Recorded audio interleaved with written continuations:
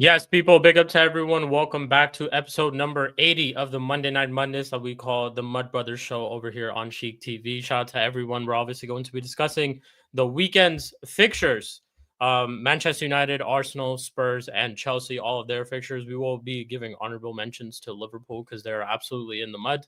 They're not part of the show. Maybe sometime in the future they will be part of the show. But currently, I think out of all of us, they're probably the ones that are in the mud the most, considering they've spent so much money and all that. So we will give them honorable mentions and we will, talk about them and discuss and get everyone's thoughts on them too. But we're here for my club getting a draw this weekend against Spurs, not being able to go over the line and beat Spurs yet again. And then us conceding us back-to-back weeks conceding goals in span of minutes yet again. Ain't shit changed.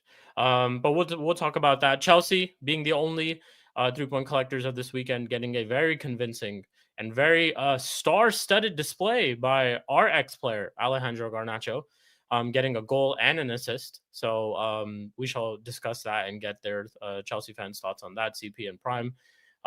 Next, we move on to Arsenal getting a draw against Sunderland. Very, very good game. I did watch that, of course. We'll get Eli's thoughts on that game. The winning run ends, the defensive run ends as well. But the unbeaten run, like BX Gunner right here over here says, continues. So Arteta is still unbeaten, sitting at the top of the table. Obviously, Manchester City did creep up by getting that win against Liverpool. So we'll get thoughts on the title race in a little bit more. But I think it's starting to become more and more clear that it's going to be a 2-horse race this season. So we'll get all these thoughts. Make sure you guys do run up the likes. Make sure you guys do subscribe. Keep supporting. Check out everybody else's channels. Links are in the description. We have 2 absentees today. Don C is currently top of the table. So he's out there holidaying. And he's on the Mud Brothers wages currently at this moment. So he's not coming back anytime soon. He's absolutely chilling out there. So shout out to Don C, who's not able to make it to the show today. Also, Mdinero as well. Big up to him. He's not able to make it to the show today, so we'll get his thoughts whenever we do see him on the next further game. But we have some of the people in the building. Let me go ahead and introduce the 3-point collector first, who did get 3 points against Wolves. Easy, simple performance. Obviously, this time they don't have no Cunha in their team, so it's not like he's it's not scoring hat tricks and stuff at the bridge. That stuff's not happening. But CP is here. CP, what are you telling me, man? Garnacho. What a performance from him! Money well spent. It's not money well spent. So I think it's the first time in his career he's gotten 2 assists in one game. So yeah. Oh, okay. Money well spent. I think Chelsea was the right move for him. First time in his career getting 2 assists in a game, and he didn't get a goal. Sorry, right? It was just 2 assists, right? It was 2 assists. So 2 assists in a game. Yeah. Great game changer. That's what you're looking for on the wing. Mm-hmm. You sat here and complained about Sancho not doing well enough last season. And now you've got a left winger who is doing well enough. Well, not yet. Sancho had a decent run in the middle of the season too, right? Where we praised him, and then he just didn't produce enough in the final third, and that was what was annoying. So let's see. That's Garnacho's job. True. I'd rather have a Salah in that situation right now. Someone not look great on the eye to get me GNA, because I already have Esteval who looks great on the eye and gives me GNA. So nothing wrong was said there. At all, to be honest. But yeah, big up to you, of course, every single time. Let's go ahead and introduce the getting the draw this weekend. 2-2, similar to us, but the winning run ends and the defensive run also ends. They've conceded a shot on target finally, and they also have conceded 2 goals in a game as well. 1 goal conceded last minute, but he's still top of the table. And the title race is still theirs, that they are still competing for. Eli is here. Big up to Eli every single time. What are you telling me, bro? Oops. Man, just chilling. Just try to tell these people, bro. Try to tell these fans, hey, just hold your horses one game at a time. You know who our manager is, so these kind of results are gonna happen. So I don't know. And I told people watch out for City. I told people watch out for City. Nobody wanted to hear me. Big blue shark looming over the shoulder, you know what I'm saying? So still one game at a time, deep breath, one game at a time, keep it pushing. one game at a time. Keep it pushing on to the next one for real, man. It's a title charge continues. It is what it is. Let me go ahead and introduce my co-panelist as well. My United brother had to suffer. It's so funny I'm saying suffer because that's a word that's thrown around our club and by our manager quite a lot these days. But he had to suffer and sit along with our manager and with our team and watch that absolutely dross of a 2-2 draw against Tottenham Hotspur. Once again, we can't beat them. But Spooby's in the building. What are you telling me, man, Spoobs? Yo, can you hear me okay? Yeah. Yeah. Yo, that match was so bad. That match was awful. I'm not even lying. I actually fell asleep maybe for about 20 minutes during it. And I woke up to fucking Richarlison's header. And I was fucking crying. I was going like, oh. But anyway, we'll get into it. We can get into it more. And listen, I am furious at certain people in that game, certain players in that game. They're going to get called out.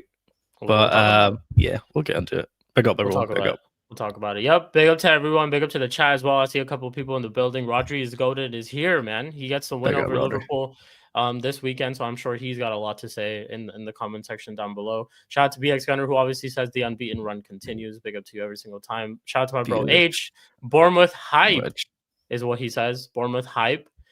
Big up to him every single time. We got big up. He says big up Garnacho. The kid's balling. The kid is balling. I'm sure Spooby has a lot to say about that. And funny thing about one of the assists that he got too is that he beat his man for pace.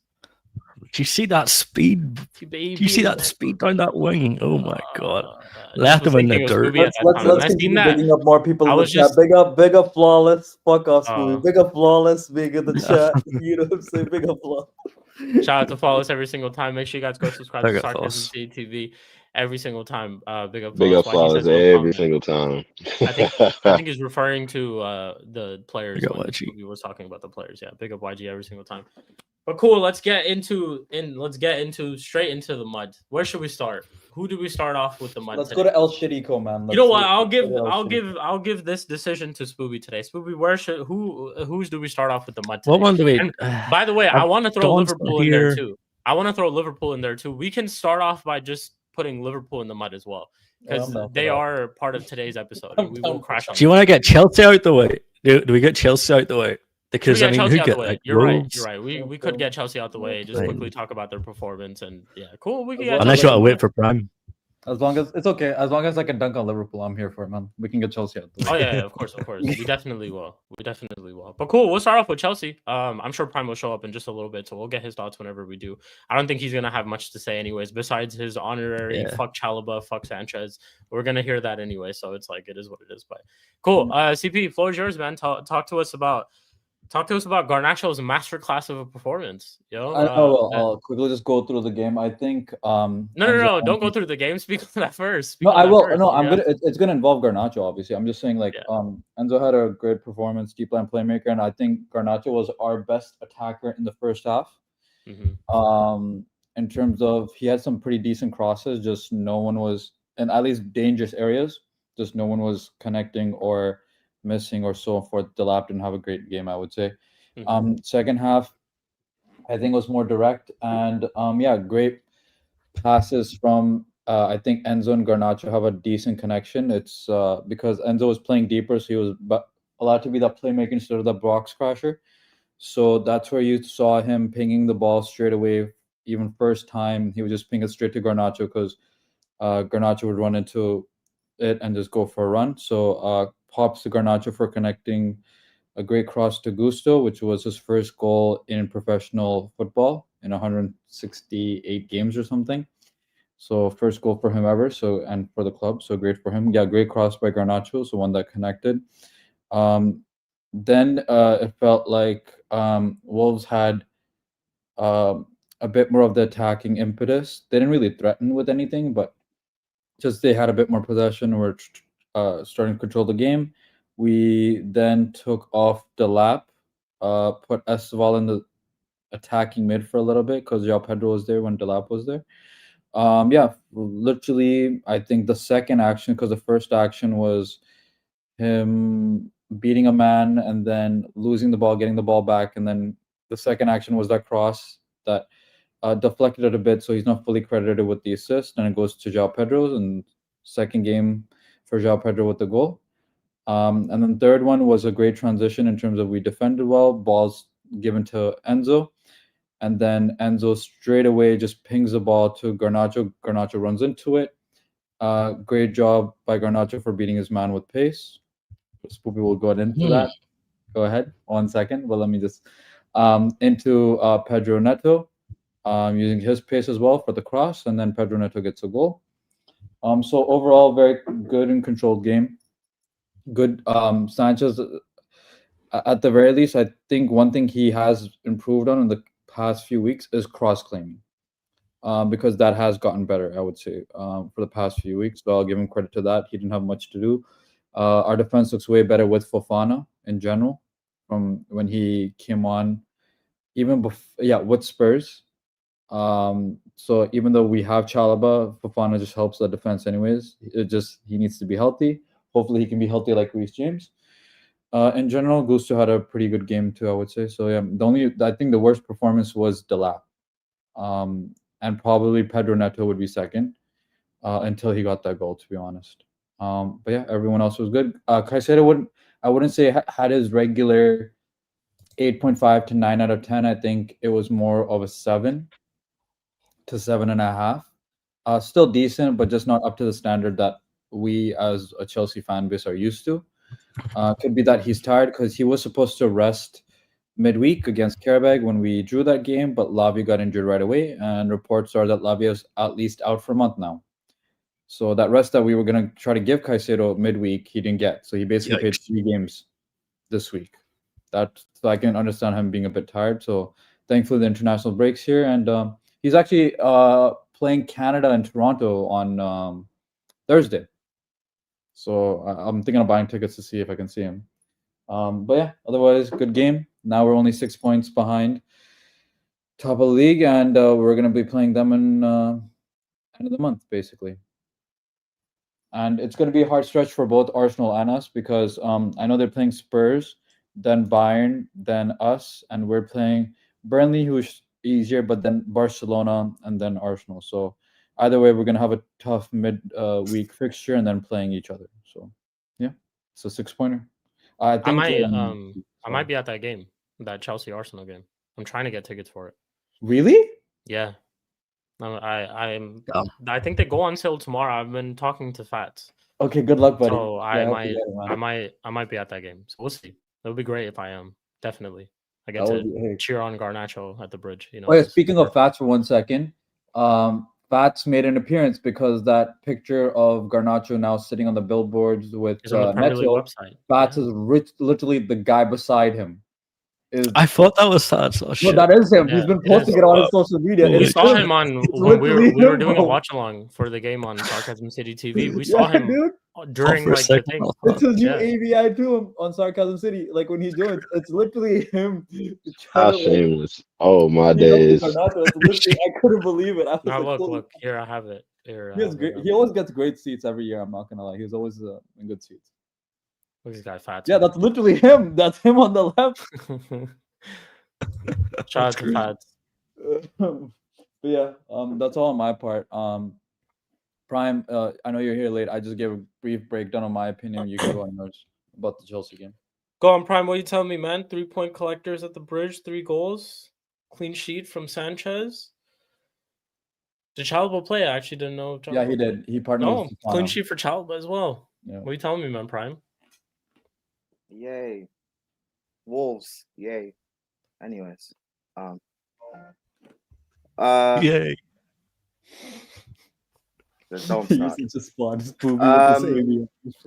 We first half we created enough chances that we should have been 2-0 up.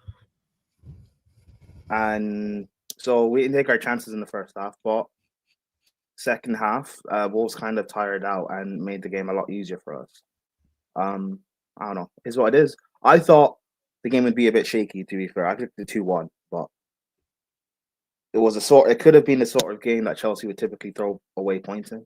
So I'm happy that we won. But I don't know.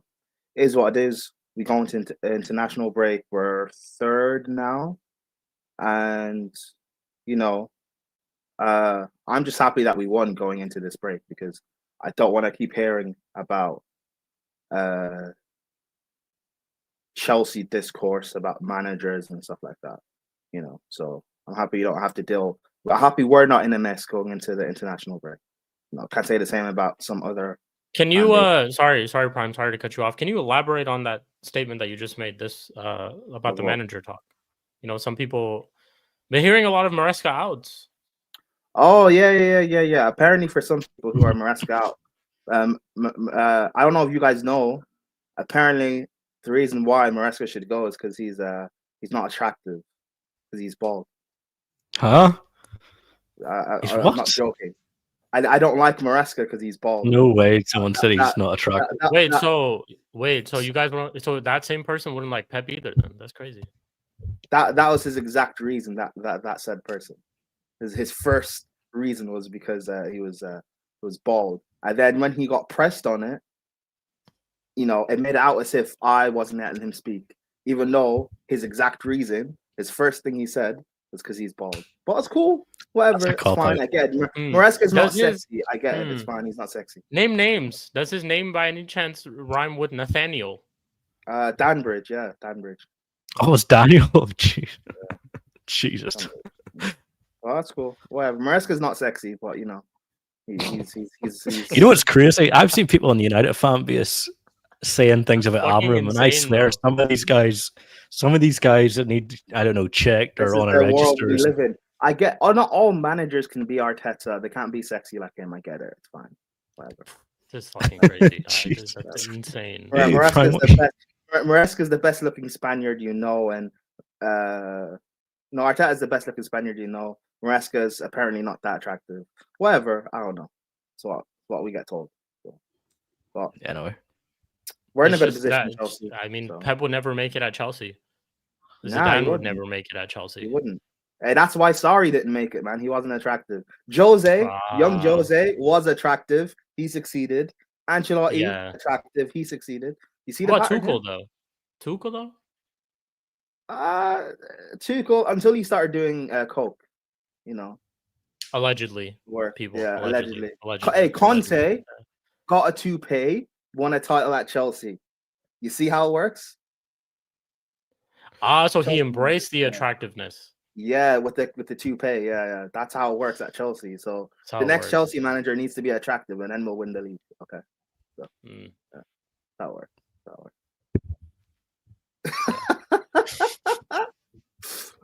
Yeah. Anyways. Garnacho. He's on a good little run of form. So all the goals and assists he's getting, this is what I'm gonna add to the comp when we sell him to Arsenal. I'm gonna add this to the comp. So Arteta, I hope you're watching, bro. I hope you're watching. If you had Garnacho, maybe you beat Sunderland. Who knows? Anyways, Spoos, before I go to you, I would like to read out Garnacho's stats to you in this game, just for you. Oh, I actually had them up as well. You had them up. Go ahead. Perfect. I got you. No worries. Alejandro Garnacho versus Wolves. Masterclass. 56 touches on the ball, 2 assists, 0.97 X assists, I guess, but we'll just say XG. So almost at a 1 XG. 3 key passes, 35 out of 38 accurate passes, 1 shot on target. If there's any other stats that you have, Spooby, go ahead and tell me as well. Oh no, I was just like, I'm in awe, to be honest. 57 touches, 3 unsuccessful. Someone needs to clock his pace that he had for that 1 assist that he got. Yeah, like a speed gun. He almost looked like Usain Bolt to me out there. I'm telling you. What are you guys doing here? What are we doing here?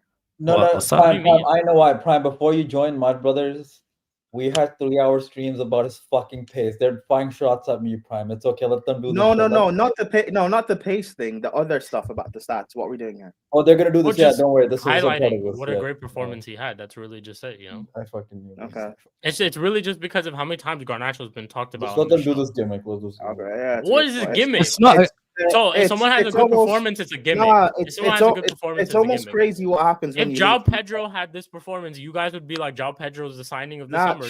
Sheik. Well, money well spent. You know what, Sheik? Great. Sheik, you're right. We have to do the same thing for Garnacho. Sheik, you're right. This is what happens when you leave Man United and that environment. I agree. He currently has more GNA than my own player, Cunha, like Spooby said. So he has more GNA than makes him out. He has more GNA than makes him out ever had for Man United. Perfect. There we go. Who's faster, Doku or Garnacho? I don't know. Actually, it is Doku. It is like based on yesterday's. After what I seen, I don't know about that. I'm not on this foolishness. I don't know after about that. Like I said, you guys. Doku's definitely. Okay. I don't know why you guys are doing the word glazing of Garnacho, but fine. It's not glazing, man. Come on, for me, someone's got to praise his performance. Okay. Anyways, like I said earlier, he needs to keep producing, right? Because there was also a good patch where Sancho had a little good patch last season. See, this is what I'm saying. Yo, Flawless, can we not just like say that he played very, very well? No. So Sheik. I just said okay, he did play well. If this was João Pedro or if this was Caicedo, you guys would be raving about these players, which I agree you should. No. Hold on. No, I wouldn't. You know why? Because it's Wolves. Okay, yeah, you can say that. Now you so much. Come on, why can't we just give him his props? You know what? No. He did play well. He did play well, but it's Wolves. He should be. I'm not even saying it's Wolves. All I've said is similar to Sancho last season. There was a stint in the season where he played well, right? He was in a good run of form, and I want Garnacho. This comment right here just brought a smile to my face. This is exactly what it's all about. Okay, yeah. Playing with the happiness and confidence of a player being backed by the manager. No, that's fair. All I'm saying is I want him to continue having a better run of form because we criticized Sancho and me and Prime, right? Especially for having good run of form with Spurs, starting with Spurs last season, right? Around November. And then it kind of tailed off around mid-December, right? And then he never really got back to that form. Oh, Sancho's run of form. That was like what the Southampton game and then Spurs game. It was like a few games, bro. Yeah, that's what I said till mid-December because we have international break, right? That's what I'm saying. Whatever. So that's what I'm saying. So I want Garnacho to have more than just what Sancho had last season, right? I don't want him to have basically 6 games worth stint of impact. I want it to be more, right? He scored a goal against Karabag. That's one. Agreed, right? I think he also scored a good and then he got 2 assists here. That's 2 games. Great. Please continue. Do that against Burnley. And I think he scored against Sunderland. Do that against Barcelona and do that against Arsenal and Leeds, right? Like, I agree he had a good game. I'm not gonna lie, and I'm not gonna even do what Prime is doing, saying it's only Wolves. I'm just saying. Wait, what? Wait, don't say what I'm doing. I'm saying that for all our players. No, say what he's doing. I'm not gonna glaze our players for Wolves, bro. I'm not. I'll be so real. Just like I didn't glaze our players for beating Spurs, I expect us to beat Spurs. I'm not gonna do that. No, but this is where I disagree because there's been times where we're supposed to. No, Spurs is different. I agree with that 100%. But this season, our issue has been beating the smaller teams. I know it has not been the big games. I'm less scared of playing Barcelona than I am of facing a mid-table to bottom. I agree with you. However, that's why. We had that last season. We had that last season literally. CP, I agree with you. We lost them twice. We're doing what I expect you to beat Wolves. That's why when we don't, we expect them, but we haven't been doing it. Yes, I expect us to be beating Wolves. I know, CP, I know, and we beat Wolves Saturday. Well done. These guys played well. Congratulations. But this is not the game to glaze them for.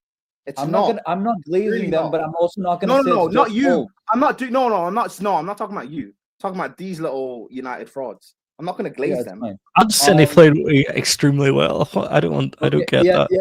Okay, I just said he played well. I just want him to continue having more of an impact than 6 games that Sancho did, because we criticized Sancho for a game of six games, right? From what I said, from all of November till mid-December.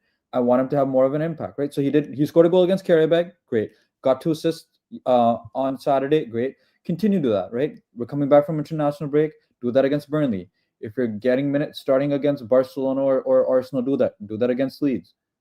That's all I'm saying, right? Yeah. And if he does continue doing that, I don't mind having a player who gets me GNA right now, who dribbles like shit. Because I already have a Palmer who looks aesthetically pleasing and gives me GNA, and I already have an Esteval who's I call a star boy anyways, who has the aesthetics and is getting GNA as well. So if I have one guy who's just getting me GNA, looks like a fucking donkey like Salah, when he had Mane and Firmino, who were the technical players, they won leagues that way. I don't mind that. I don't care if you get me the GNA, because we've not been getting GNA from our left wing for a while, right? Sancho last season, we fucking had Mudryk, Gittins. Like, we've had left wingers that just don't get us GNA. So if you continue getting me GNA, but you dribble like an idiot, I don't give a fuck, because GNA also wins us games. Because I'm also getting the technical hold-up aspect in Palmer you're not Enzo. you're not wrong. But again, Wolves. No, I know. I'm saying continue this form. Get GNA. I don't care if you dribble like a donkey. I know. If you're getting me goals and assists, if he doesn't continue this form, I know Maresca will drop it. Yep, so exactly. It's what it is. Fair enough. It will be rightfully dropped. That's what I'm saying. If he doesn't, but I'll be honest. I don't know if Prime agree. I think Prime arrived to yesterday's casually stream late, but I was saying this. I want Garnacho to start against Barcelona. You think it's going to tear it up? No.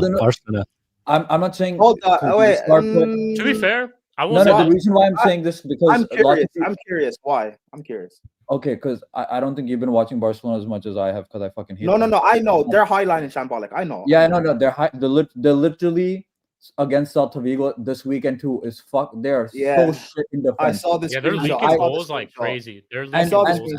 And I want Garnacho and Neto to play, because I want Highline for life. I want us to play exactly how we did against PSG. I want us to fucking get Gusto. You don't want to play Esteval? No, I want Esteval for Arsenal. I get it. No. I want Esteval. No, I'll tell you why.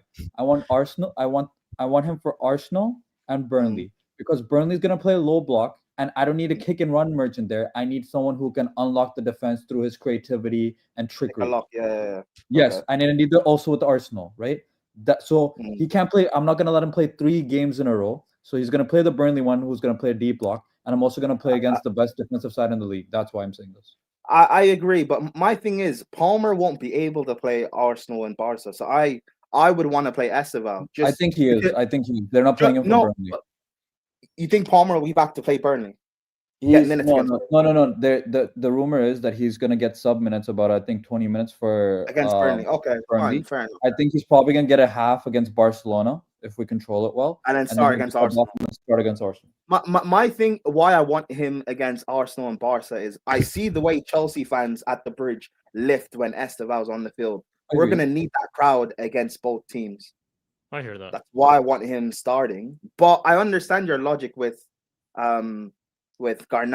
I hear it. With Neto though, like there are times when this guy is just that first half against Wolves, he was so frustrating. No, but I don't need him for that. What I want us to do is play exactly how we did against PSG, which was when Gusto makes his bombing runs up, because that's how we destroyed PSG. Is we would get the ball to Enzo or Palmer, and he would play the lofted ball straight to Gusto, making the late run, because their fucking high line is so incredible, right? Barcelona is going to be the same. So Gusto's going to make those runs, and then Neto's going to be the guy covering his ass just in case defensively, while Gusto makes those runs, and Palmer's also running alongside it with João Pedro. Okay, fine. I hear it. That's why. Just for Barcelona specific, I want just because of their high line. That's the only reason why. No. I know their high line's bad, but it's very similar to Ange this season. I'm not joking. If you saw this game, if you saw the highlights for this first goal, guys, this is flick. This is flick ball that everyone loves. This is second season flick, yeah. But yeah, okay, fair enough. I'm not too. I know we can beat. This is gonna come back to bite me. I know we can beat Barca. I'm not worried about that. And even Arsenal, I don't think we'll lose against them. My worry is like Burnley. And Leeds. That's missing. I want us to vote for that. But yeah. I do want to say one thing, and I don't care if I'm overglazing. I think Prime and this Chelsea fan base, the way we're at least lifted as a team, Estival is the only player since Hazard that we as the fan base have backed from day one. This is what. Wait, sorry. What? Say that again. What? I just said that we Back have since backed. day one. Yeah. No. I just said that compared to Hazard, when Hazard joined our Yeah. club, we had the excitement and we backed him right away. There wasn't a sense of skepticism. Oh, okay, cool. That's what I'm saying. No, I thought CP was because I'm seeing Chelsea fans say we've not had a talent like this since Hazard, and I'm like, calm. But cool. Okay, what you're saying? No. What you're saying is correct. And the excitement and the backing of the fan base. I hear that. I'm hearing, bro. I'm hearing Chelsea skepticism that why did we buy this Man City kid? No, right? But CP, I agree with you. I agree with you, but I'm hearing Chelsea fans say we've not had a talent since Hazard, and I'm like, Palmer. But what you're saying is actually correct, yes. They're not wrong. They're not wrong. In terms of age group, he's 18. Palmer, he didn't. No. I didn't say age. They say talent, bro. Ability. Palmer. We're not going to disrespect Palmer. But yeah, what you're saying is right about Esteban. The guy's a freak, bro, at his age. I've been saying this, and I think Maresca is managing him perfectly. I say continue subbing him on during when there's tired legs, because he's getting played every other game. Like he got played against Karabakh, he was going to play against Manchester United until Sanchez. Like he's playing every other game, and then he's getting subbed on as a first sub for the game he's not starting, which is perfect. So that's what I'm saying. Play him Burnley and Arsenal. Don't play him against Barca. But that kid is special. I'm not saying he's already a best winger. And I think by end of this season, he's going to be top 5 right wingers in the league.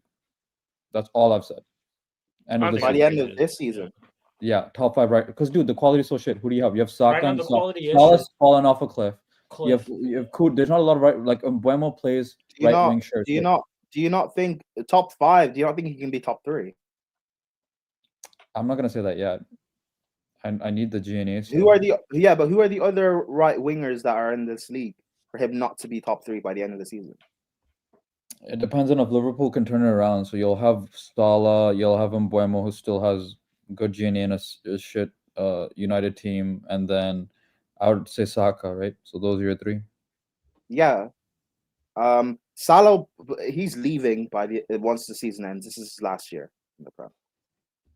So it'll just be Saka, Bowen, Mbuemo. Ahmad's now a wing back. Kudus, but he's not looking like it. Esteval's better than Kudus. Yeah. Hey, Mdinero, you hear that? Oh. Yeah. That's why I was happy about not getting him. Esteval, I said Kudus doesn't start for Chelsea guaranteed. No, over Esteval. And Neto's leaving, by the way. Neto's gone after this. Oh yeah, Neto's I told people Garnacho will be our most experienced winger gone next year. Because we have his replacement and Quenda. We literally have his replacement. Kenda's cold. Kenda's done. cold. It's done. But yeah. Yeah. So yeah, good on us. But it's the here's the thing. I'm not going to talk about titles until end of December. All right, listen, CP. Chelsea still need to do what we said last year. Get to February in a good position, and then we can talk about title race. I'm not even saying Feb. Get me through that fucking December. We fall off in December. Yes, we fall off in December. That's what I'm saying. February. February ends the Christmas New Year period. No, it's mid-Jan. It's usually mid-Jan, no? But I still need to see about the transfer window. That's why I'm saying February. Then we can talk. I'll basically say until like first or second week of Jan, like that game week. If we're about 5 points behind, I'll say we're in the title race. Yeah, but this end of the month is the biggest deal right now, because Arsenal is going to be the biggest game of our season. Because it's not just a 6-pointer in general. If Spurs have decided to have a fucking backbone and stop being like little bitches and decide to at least get them a draw, and drop points, then we can be either tied with them for points or right on their ass by like 1 point behind with us and Man City. How many points are we off? We're 6, and we're playing them in 2 game weeks. Oh yeah, if Spurs, they're playing Spurs. Have any sort of pride and they get something from that game, oh my god, yeah. That's what I'm saying. Pride. I think they'll turn up for the game, but it's tough to say if they'll get anything from the game. To be honest, Yeah. You know what's Yeah. weird? Spurs, they'll like, turn up.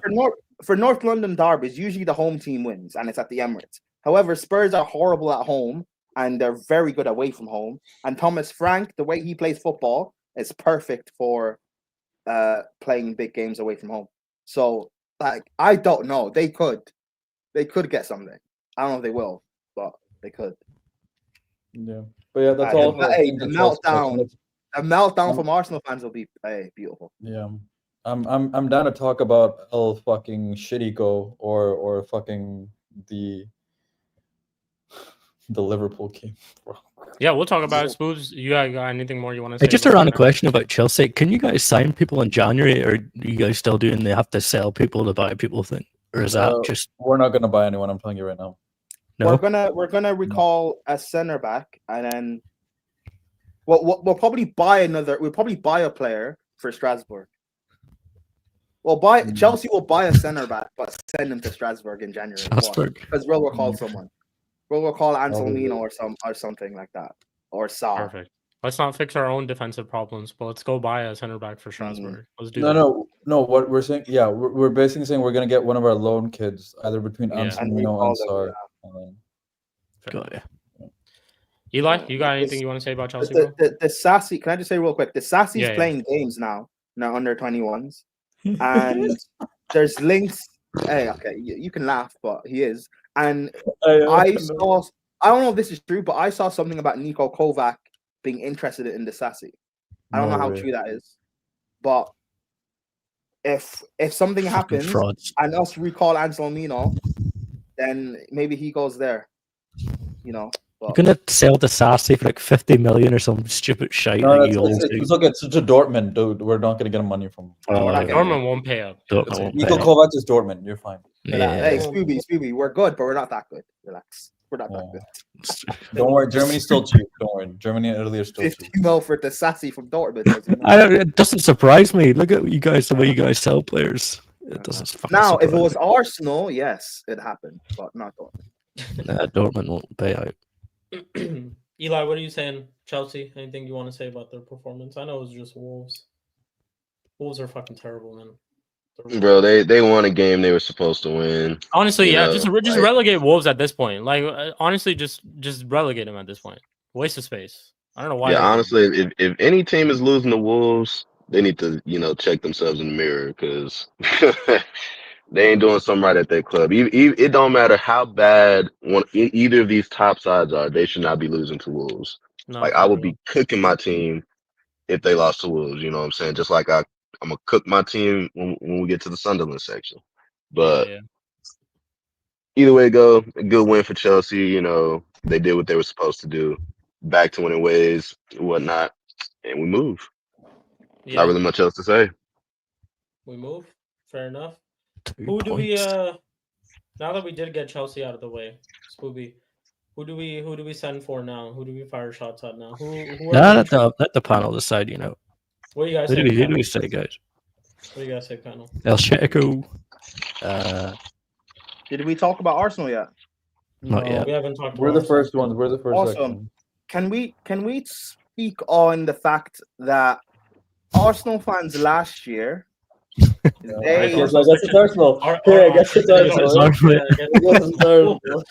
oh sorry Alright. we didn't agree. My bad. We didn't agree. My bad. No, it's okay. No, We're no, cool you with it. go. Hey, We're cool with it. Although can before you do ask your question, we'll let Eli speak on the game because I think he has a lot to say about this game. So Eli, floor is yours. 2-2 draw against Sunderland. I had a feeling Sunderland would be tricky, to be honest. I thought it would be tricky. Great goal from Trossard, to be honest, that he did score. But Sunderland, the thing is, they hung around in the game. A couple of defensive mistakes from Saliba here and there. Arsenal they just looked a little bit shaky, but 2-2 draw. You said this literally last week. You said one game at a time. You were absolutely correct. You have found a situation where you drop points this weekend and Manchester City have gained them. So now I think it's just a 4-point gap, if I'm not wrong. Reminiscent of a couple of seasons ago And I know this is PTSD for you and a lot of Arsenal fans, but yeah, drop points against Sunderland. What are you saying, Mandy, about the performance and everything? Hey, first things first, man. There's no such thing as PTSD for a Cowboys fan. You know what I'm saying? I hear you. There's no such thing. I do No hear you. such thing, man. It just becomes a part of life. You know what I'm saying? So you just learn to like being a Cowboys fan teaches you character. You know what I'm saying? It's a Honestly, yeah, great it's a great good way like to teach you character arc. Yeah, humbleness. You character know. arc. You know what I'm saying? Like there's no such thing as a villain arc. You know what I'm saying? Yeah. So I hear that. like did this past week's performance surprise me at all? No, not at all. Not at all. I saw it coming from a mile away. Like there was no way the way that we were playing was sustainable. You know what I'm saying? Like I know a lot of people were talking about it, you know, corner boys, all that stuff, and it's great when it works, but what are you gonna do when it doesn't? You know? Yeah. Like I feel like, you know, he's Arteta's trying to let the handbrakes off, but he just can't, man. He's just too married to his defensive ways. You know what I'm saying? Like he just cannot let his players be attacking, and it shows with players like Eze and Waneri, you know, all the other players that are ballers, but he's not letting them play. You know, shows in their game because he's not like Eze is not the same. You know, he's not playing the same way he was playing with Crystal Palace. You know what I'm saying? You could clearly see the shackles on him, like straight up. You can clearly see he's not playing with the same amount of freedom that he played with Crystal Palace, and I blame it on Arteta in his defensive ways. You know what I'm saying? He's just too defensively. Like I don't know, he just doesn't have an attack button anymore, bro. Like that season a couple of years ago scarred him. So he's forever gonna be defensive first, kind of like Amram, you know, just straight up defensive. That's all he knows how to do. That's his default, you know. Like even if you win in a game, you know, just default to the defensive instead of going offensive to try to keep the other team back, you know. This is so funny though, And because it's frustrating. Amram calls himself defensive, yet he concedes fucking goals left and right. It's fucking It's crazy. It's crazy. At least with Arteta, he doesn't really concede too often like that, you know.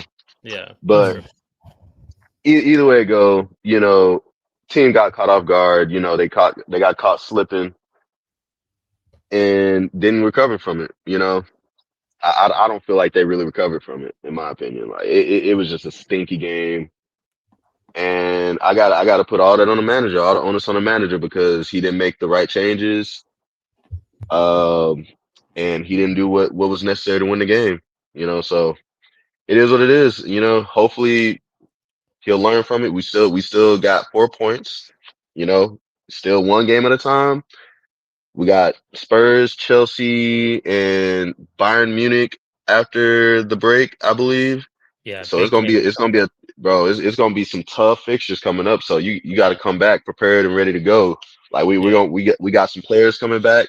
So he should hopefully be able to push out some good teams, you know, and not be as defensive. Hopefully, and try to Yeah. beat these teams up. Like Man City right there, what we saw in that Man City game, that should have put Arsenal on notice. Like, hey, this ain't just no, you ain't gonna just walk this league. You know what I'm saying? You got people behind you that's hungry.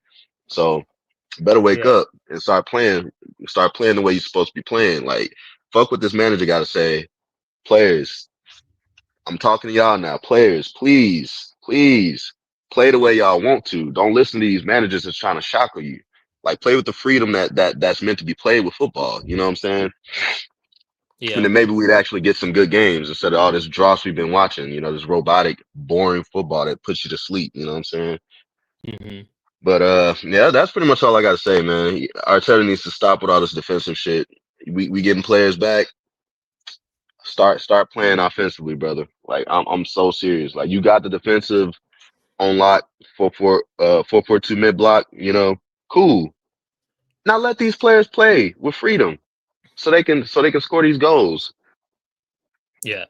No, I completely agree. Because, like, look, 8 consecutive clean sheets going on 9 into this game. Of course, that record sometime or another was going to come to an end. It's like, it's just bound to happen. I don't think you can have a team Like Arsenal defensively are good, but they're not like the top of the top or whatever. Maybe currently that they Yeah, are, but there will be games where we concede. yeah, it's gonna be, It and it's just like it was gonna what are you gonna do happen sooner or after? later. What are you gonna do after, or how do you respond to it? The thing is that, like, if you know, first of all, a couple things about Sunderland. I didn't know this, but I just brought this up. Like, I just looked it up, and it's crazy. Sunderland this season are the team that have had the most goals in stoppage time. Like, they're the team that scored the most goals in stoppage time. I think it's like 5 goals that they've scored in stoppage time this season. Second, that Sunderland, you just have to look at, honestly, you could just look at some of the games that they've had. They've been having they've been having a decent season. Go ask Steve what he thinks about Sunderland and Newcastle. And he's been saying this season that he thinks Sunderland are going to finish above Newcastle. That's what he's been praising about Sunderland this season. It's not like Sunderland's been like, yes, it's the start of the season and I expect them to drop off, but so far going into this game, they got good results against Arsenal. They've beaten Chelsea so far. They've had good results elsewhere. And it's like, I think Arteta definitely took this game a little bit lightly, for sure. I think, yeah, it's more about, you've conceded the first goal that they scored, and then after that, you're still going a little bit too defensive, and that's really what it is for me, and that's why I completely agree with Eli. Is that not every single game you will find yourself in a situation where that defensive mid block or however you set up the team is just going to work, and it's not. You have to sometimes look at the game itself, and that's why certain decisions, substitutions that you make, which you have to dictate how the game is going to go, because you have enough quality on the pitch to take control of the game and to dictate it the way that you want to go. But for some reason, against Sunderland, he wasn't able to do it. Sunderland just, all they really did was just, they stuck in there up until the 90th minute. That's really it. They didn't get blown past away. They were still trying, invited pressure at times. They're still stuck into the game, and they ended up getting that deserved equalizer at the end. So, again, it's still early. Teams around Arsenal, bar Manchester City, don't look good. Manchester City are really the only ones right now who could probably pose that title challenge to them. And yeah, it's really just like, right now, I think some people might still find some of these results excusable because it's so early. I know Eli said they're going into a tough run of fixtures, and I think Arsenal, or maybe Arteta, has a different game plan for those games. But early on in the season, I know Eli won't agree with this, but some Arsenal fans might find these games still excusable and these results still excusable. But it's more so about seeing patterns. You've been in situations like this before. It's been a conversation where in past seasons it's been against teams like this where you've dropped points, which has been the difference of you not winning the league. And I think it's just like some Arsenal fans who feel frustrated over the result. I completely get it, because it's like these are certain games where you should be setting up a little bit differently, but it's also a newly promoted side, despite of whatever the result is, like however they've been performing so far this season. It's a newly promoted side, and you're Arsenal Football Club. You've been competing for the title for the past 3 years. You should be beating them. You should be, because it's just 100%. you're just looking at the team that you are. But yeah, I think in terms of everything else, like, one, I want to give a shout out to that guy, that one player for Sunderland, Ballard. Dan Ballard? Yeah. Well, performance for him. Considering the little backstory that he has, that he was at Arsenal previously. I think it's so funny that a lot of Arsenal fans are so pressed about Granit Xhaka and his body language or his behavior after the game. Like, let's be honest. You guys are pissed about Granit Xhaka, but he left your club and won a league title unbeaten in Germany. So I don't understand why you guys are so upset at him. He left your club and won a league title unbeaten in Germany. So again, yeah, it's one of those things where I just don't get why some Arsenal fans are so pressed about that. You're worried about the wrong things. You really are.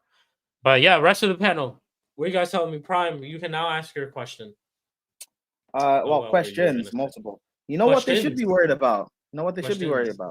Yeah, Because I remember last year, Foden, after being player of the year, didn't have a good season, didn't start off well, and Arsenal fans put their foot on his neck because they don't like the whole Foden's better than Saka or Saka's better than Foden, weird English comparisons. Where has Saka been this season? What has he done this season? Now, I get the injuries. I get the injury stuff he's had. I get it, but other players aren't afforded that excuse. Because when it's other players at other teams, Arsenal fans put their foot down. I wish So Dante was here. Expect the same energy. Now, Hey, nah, you speaking ain't of gonna get that energy- energy from me, bro. I'm gonna tell you straight Speaking up, of Saka's been shit this this is- year. No, but Eli, you actually know football. I'm talking about the other ones.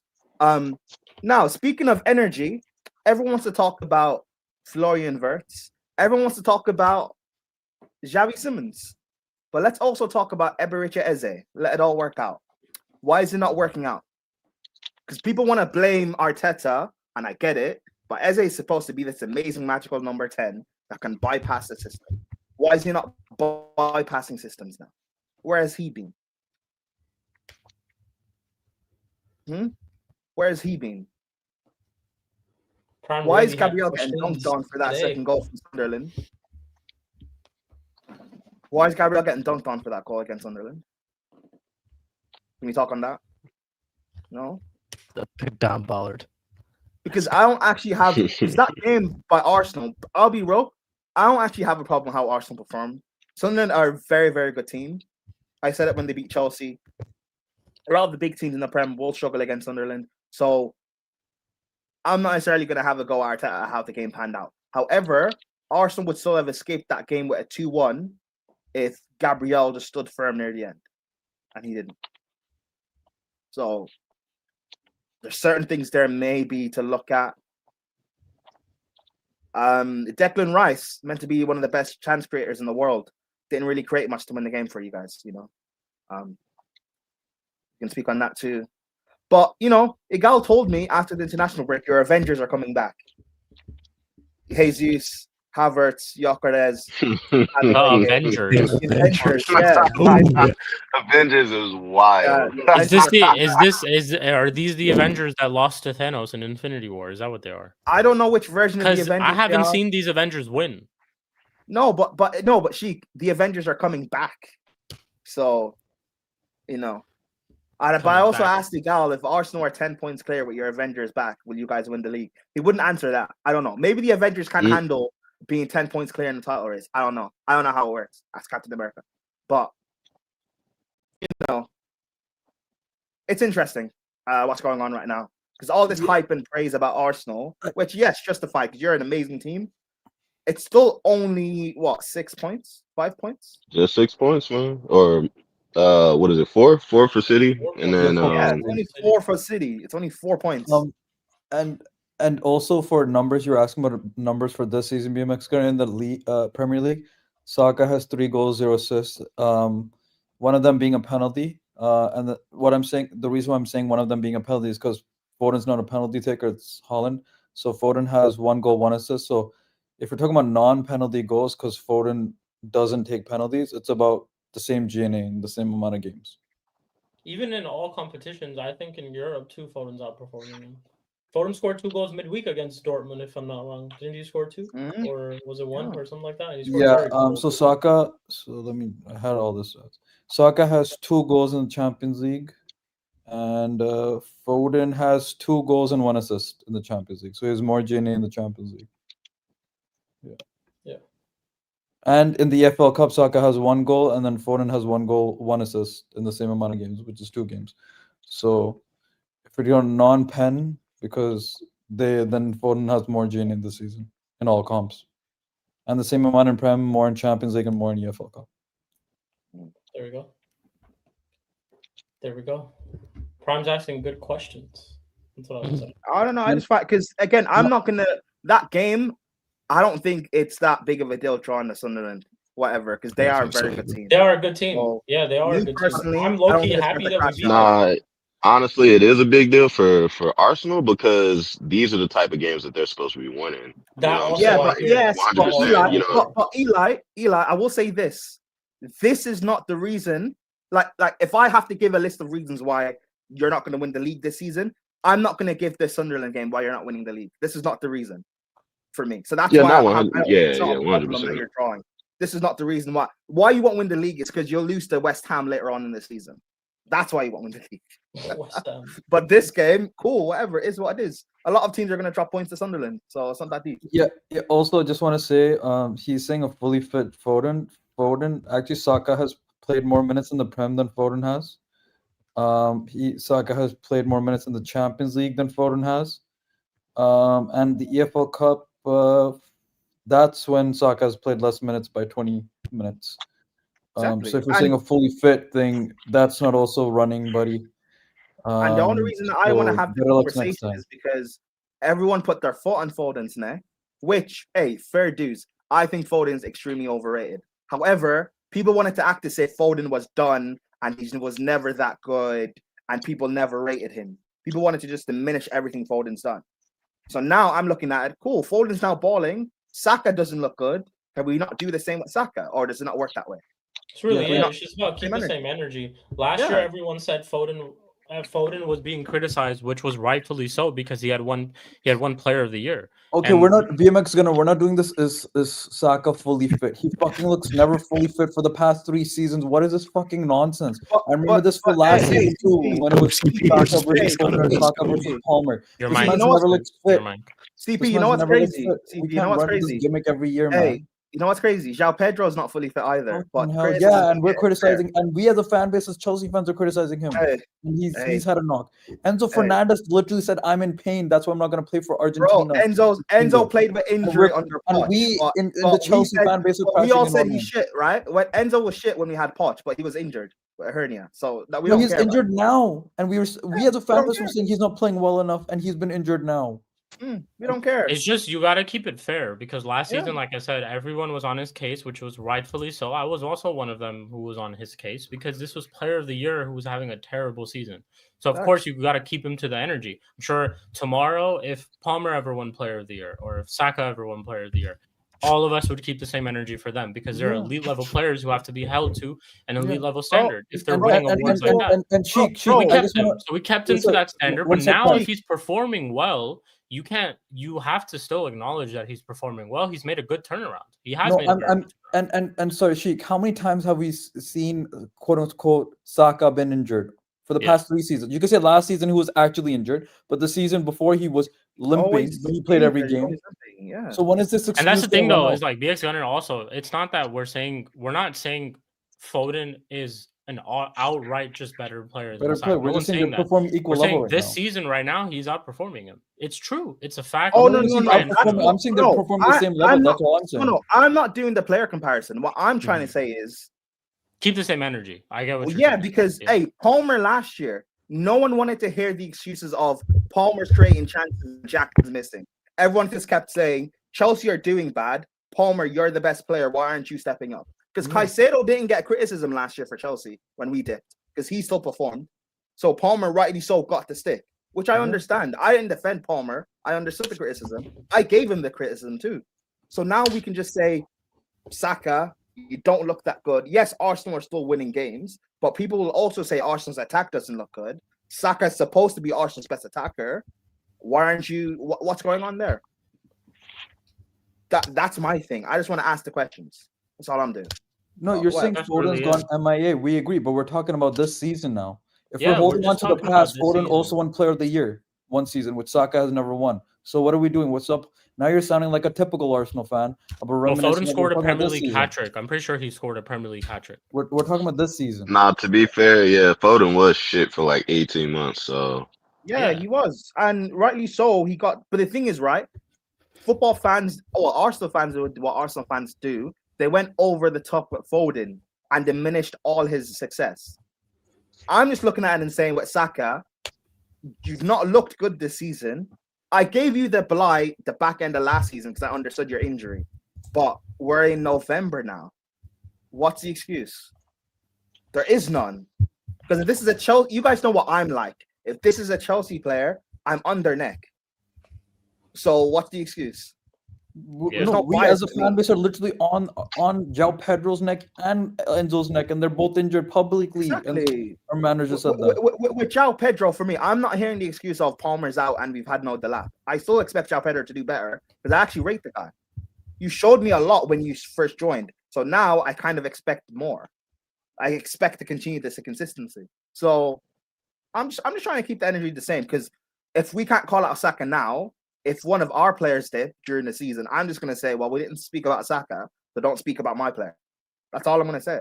And this is Mud Brothers. I don't think we're allowed to do that here. I don't think we're allowed to escape the criticism of players here, are we? No? Is that how it works now? Yeah. Hey, Saka's been shit for 18 months. Let's keep it a buck, you know? But that's It's what I'm just saying. how But the game BMX Gunner is works. giving If the we're going same to, excuse about he doesn't look as fluid. Bro, he's been limping and not looking as fluid forever for the past 3 years because he's been overplayed. Oh, and then to all the people that were claiming that Saka's an assist merchant, the brother doesn't have an assist in the last 18 months as well. Dark. Crazy. Dark. But when Palmer apparently went 20 plus games without a goal in the Premier League, that's all people said.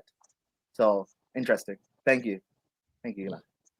And I actually agree with the Eze point. This is where I don't know if I can criticize the manager on this. Because he's giving me Odegaard-esque performances. The same thing that we as the larger footballing community have criticized Odegaard. This guy's supposed to be the offensive spark. He's supposed to be the maverick. Right? He's supposed to be the maverick. You could say Arteta's already stipend him a bit. Fair enough. But you haven't been ingrained in the system as long as Odegaard was when they fully trampled his creativity out. He was in Arsenal for 2.5 years before we lost all creativity for him. You're telling me Eze is done in what, 10 games? Well, yeah, I don't know. I think it's got to do with the manager though. A wee bit, I do. No, I expect it, but I still think it's 60% on Eze, 40% on Arteta. Because when it was Odegaard, no one said it's Arteta using Odegaard wrong. People criticize Odegaard, which is fair. Eze is supposed to be one of the best 10s in this league, right? And if we're gonna give excuses to Saka and still say he has the injury, that's fine. You bought Eze to help. Why is Eze not helping? No, because here's the thing: we're not even saying he's bad at all. First of all, second of all, I think he, compared to another player that was in the same club as him, who left a year before him in Elise, he seemed and was more consistent in terms of output and performances compared to Eze, right? Because even Palace fans were saying he was missing in the first half, and in the second half of the season is where he kicked on and also helped us win an FA Cup. Fair play. So it could be a similar thing with Eze right now, where he's not producing as much in the first half, but it could produce more in the second half. But you can't afford that type of player when you want to win the league, and especially when, no matter what we think of Man City, now they're in touching distance properly. Yeah. Especially when a guy that, your prodigal son you brought home to let it all work out. Why is it not working? I'm gonna tell you right now what it is. It's Arteta specifically doing this on purpose so he can just let Odegaard walk straight back into the team. Because that's his boy. That's his cap.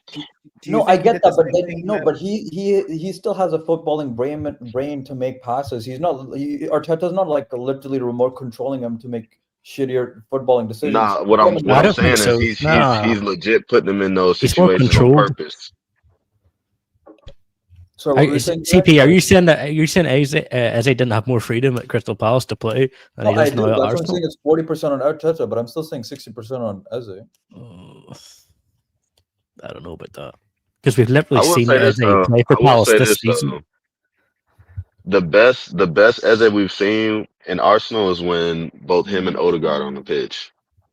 Okay. I feel like they do play off each other well. So I feel like maybe that is what's needed in our midfield to actually help us go. What would be for you guys? So would it be right? Like, I'm not asking in a sense, would it be Rice and then, because Zuba Mendy's also been playing well in general, I would say.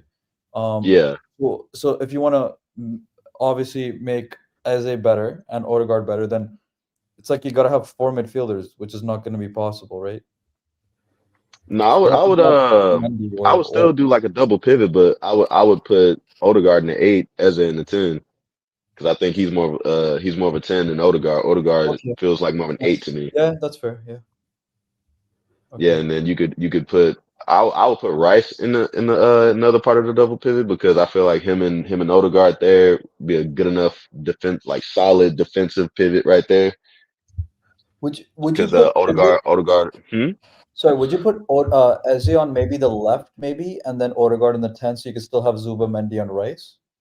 Nah. I wouldn't put the only way is Eze would work on the left is if he's allowed to cut inside instead of hang tight on the wing. Oh yeah, that's not gonna work.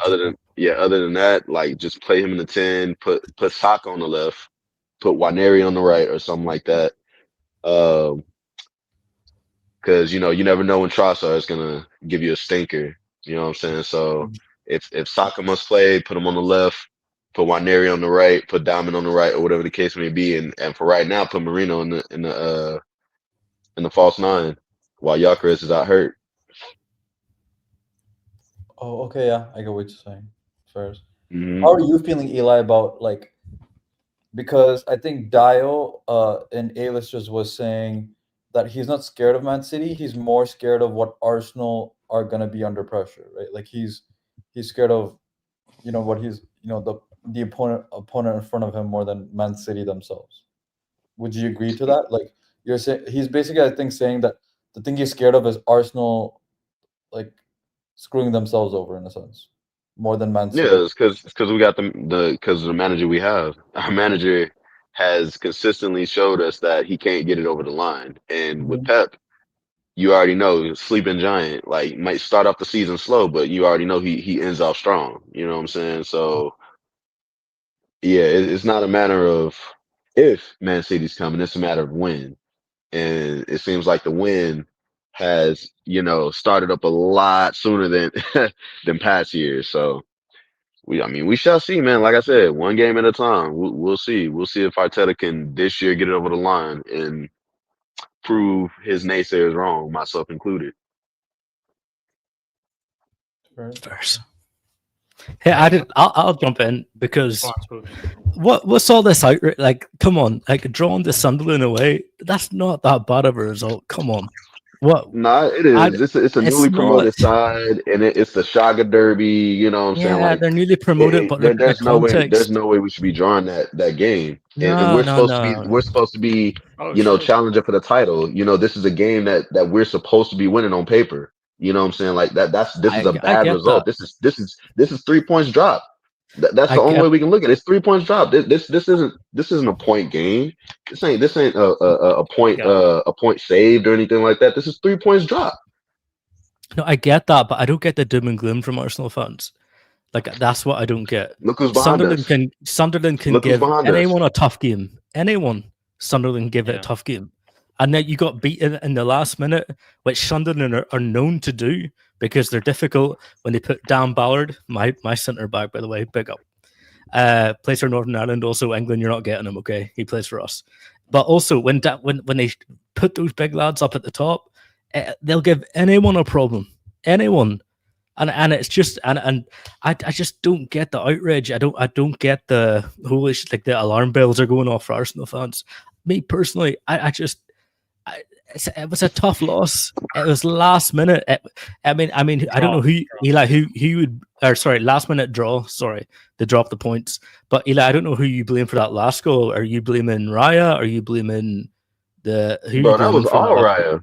That's all right. What the fuck are you doing coming outside of your goal like that? Like if he stands on his line and catches that easy, bro. You know what I'm saying? Like you did well to keep us in that game for the most part. You know what I'm saying? And you do some fuck shit like that. Are you serious? Like, bro, where did your brain go? It's like your brain flew to Pluto. You know what I'm saying? You probably saw a bird flying on the pitch like freaking Ramsdale. Distracted you. You know what I'm saying? Supposed to keep your concentration for 90 plus minutes. You know what I'm saying? Until the game is over with. What are you doing? You're getting lobbed like that, bro. Stay on your line, bro. Yeah, no. Yeah. Right. So no, that's criminal. But also, big up to Mike's for the raid. Shout out to Gal for the raid as well. Big up to both of you guys. Shout out. Big up to y'all. Make sure whoever just came through, we got 68 people in the building. Make sure you guys do run up the likes. We got to get to at least 30 likes and subscribe if you haven't already, people. And make sure you guys do check out everybody else's channels in the description as well. And if you haven't subscribed to Mike's or Gal yet, go and check out their channel and subscribe to them as well. Elite content creators. But yeah, sorry to cut you guys off. I just wanted to say that real quick. Great conversation though. I hear you, those foods. The thing though is of Arsenal's standard, they should be beating a newly promoted side. You would think they beat them, yeah. On technicality, let's forget about how Sunderland have been playing. Let's forget about which newly promoted side it is. Let's just consider a title contender who's been competing for the league consistently for the past 3 years should be beating a newly promoted side. They should. After spending the money that they spent, having their attack, all that type of stuff, they should be beating this newly promoted side. Now I can get even further into it. We've beaten this newly promoted side. That's what I'm saying. You know what it is? Seen Sunderland give good teams tough games. You know what it is? Arteta gave them too much respect. What the hell are you doing giving this team that much respect like that? There's no reason for it. You know, put them to the sword. That's what you're supposed to be doing against these sides. You go there, cutthroat, get the job done, finish. That's really just what it just needs to be. Instead of allowing them, you know, to get into the game. You've been so defensively solid in the past 8 games. You've been defensively solid in the past 8 games. And now, again, to further my point, like I said before, not everyone is perfect. I'm not saying Arsenal's defense is perfect. Sometime sooner or later, they were going to concede a goal. Did I think it was going to, or a shot on target, or 2 goals? It was going to happen.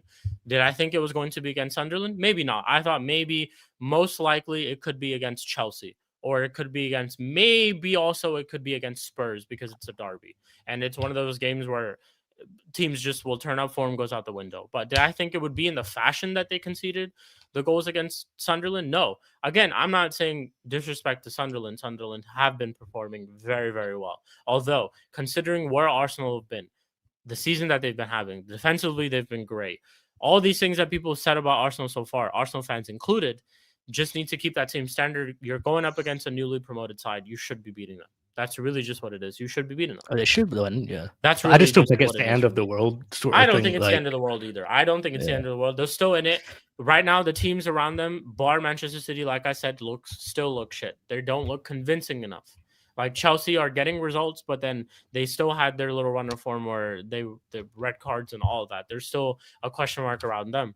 There's still a lot of other teams that are question marks around. So it's like when I said earlier that I can see why some fans might say that this result is excusable because it's so early and it's still, you know, teams around you don't look well. But I still do understand frustrations because Arsenal fans have been here before and they want to see something different. It's teams like this where they have dropped points against in you know previous seasons.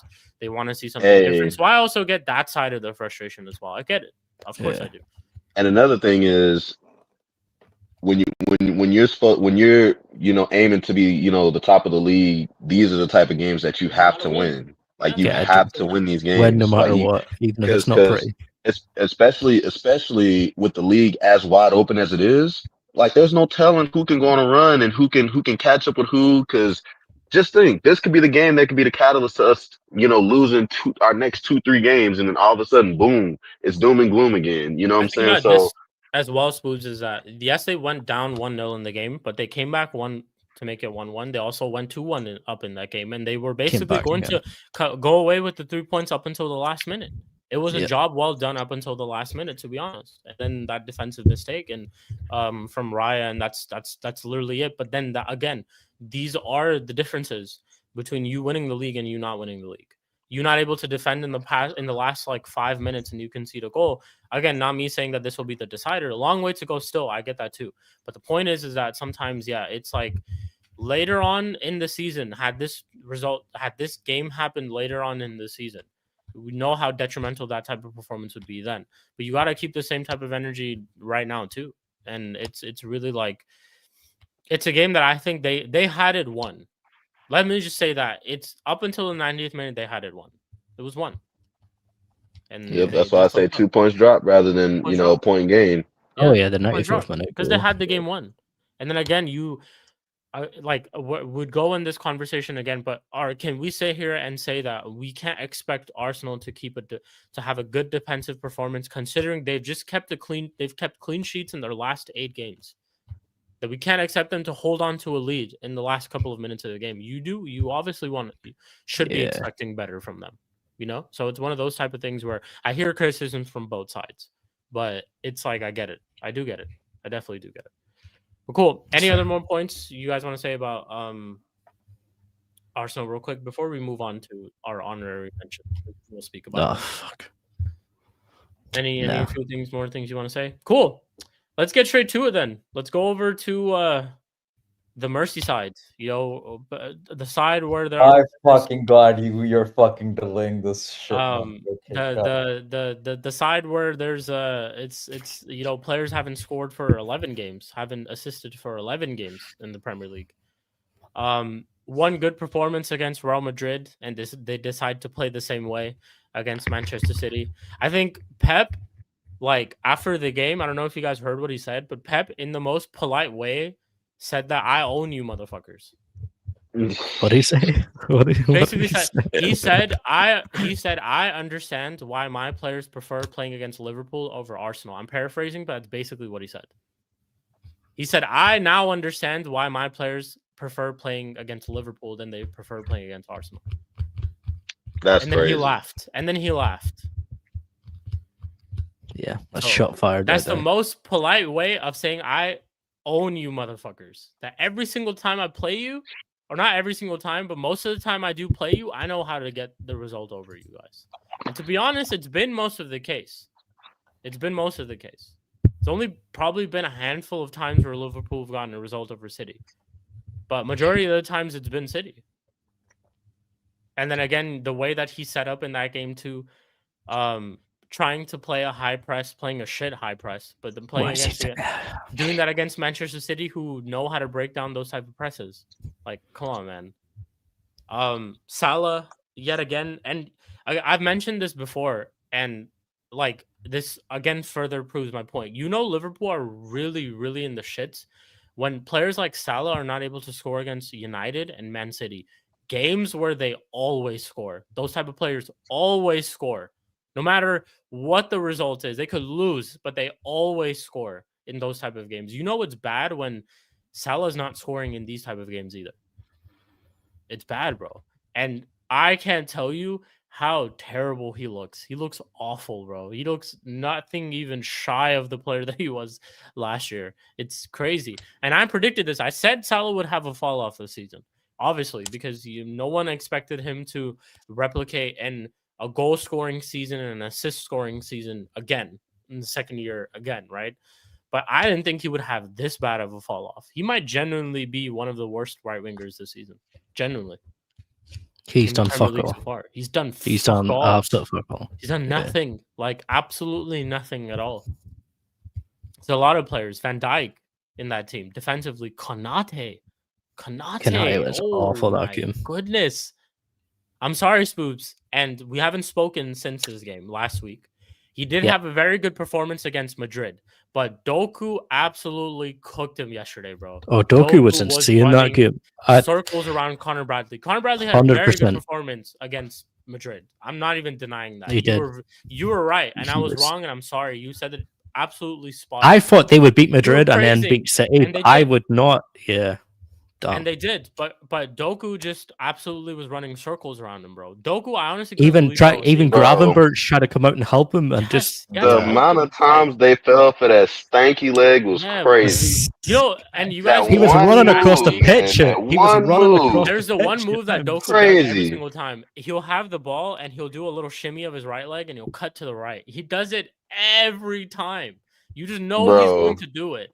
And every single time he tried to do it against Connor Bradley, it worked. Bro, there was a time where, do you guys remember where it was two Liverpool players and he kind of dribbled between them and just went he did like a little chop and went like between them. And I'm like, yo, like the guy's playing like Ronaldinho out here. I have to say Doku actually has been playing unreal this season. He's been very, very good for them, to be honest. Like people haven't been talking about it, and I've been saying it. I said it on my brother's episodes before too, but he's actually been playing very, very well. It's full of confidence.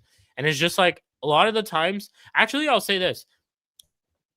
How he normally plays, he's actually playing the same exact way. It's just he's being more effective. He's actually getting past players. He's actually, when he takes shots, he's scoring goals and being effective, getting assists, all those type of things. He really is just playing the same way. Last season, it's the same thing. Explosiveness. He likes to take on players, but the big problem was him in the final third and what he does after he takes on players. Doku has no problem in taking on players. He will take on I players. don't think it's anything crazy. and I think right. he's just putting his head up a bit more. Do you see and that when he put it up and he got Foden in, but Yeah. Foden just couldn't control it? Yeah, and I think he's switching it up a little bit as well. Yeah, but it's Yeah. just like he's- I don't think it's anything different from how he normally plays or how Pep is instructing him to play a different way. I just think he's and a lot of the things that he's doing this time, he's getting them right, and he's just like, yeah, he's just being effective. Really, the goal that he scored yesterday too, quality from him. Like you don't Great normally finish. see him score goals like that, and he scored a quality goal yesterday. Cut inside, beat a player, cut inside, Nah, he was and fire. side netting. Like, yeah, I think in terms of that game, like, yeah, enough of the praise of Manchester City, to be honest, because I'm not going to sit here and fucking praise them because fuck Manchester City. But I want to sit here and talk about Liverpool, and I wanted to bring up that picture because I was looking for it. But what are we saying about these guys now, bro? Like, with it's the preseason's out of the window. We've played a good amount of games so far, like all of that type of stuff. Do you know I what it am is? not the type of person. Also, like I will say the same thing about my manager. If my manager signed Mbappe tomorrow, okay, I'll just say this. I could be on by myself, okay, on this. If my manager signed Mbappe tomorrow, signed Pedri tomorrow, signed who's a world class center back currently, like world class center back currently. I don't know, Yeah, like signed like Saliba tomorrow or signed Gabriel tomorrow. And if we're not able to perform, I'm sorry, but I'm not going to sit here and be like, my manager doesn't know how to get these three players, like how to get them going. Bro, how can you not get like players who you've considered world class and all of that type of stuff to start even gelling to a certain extent?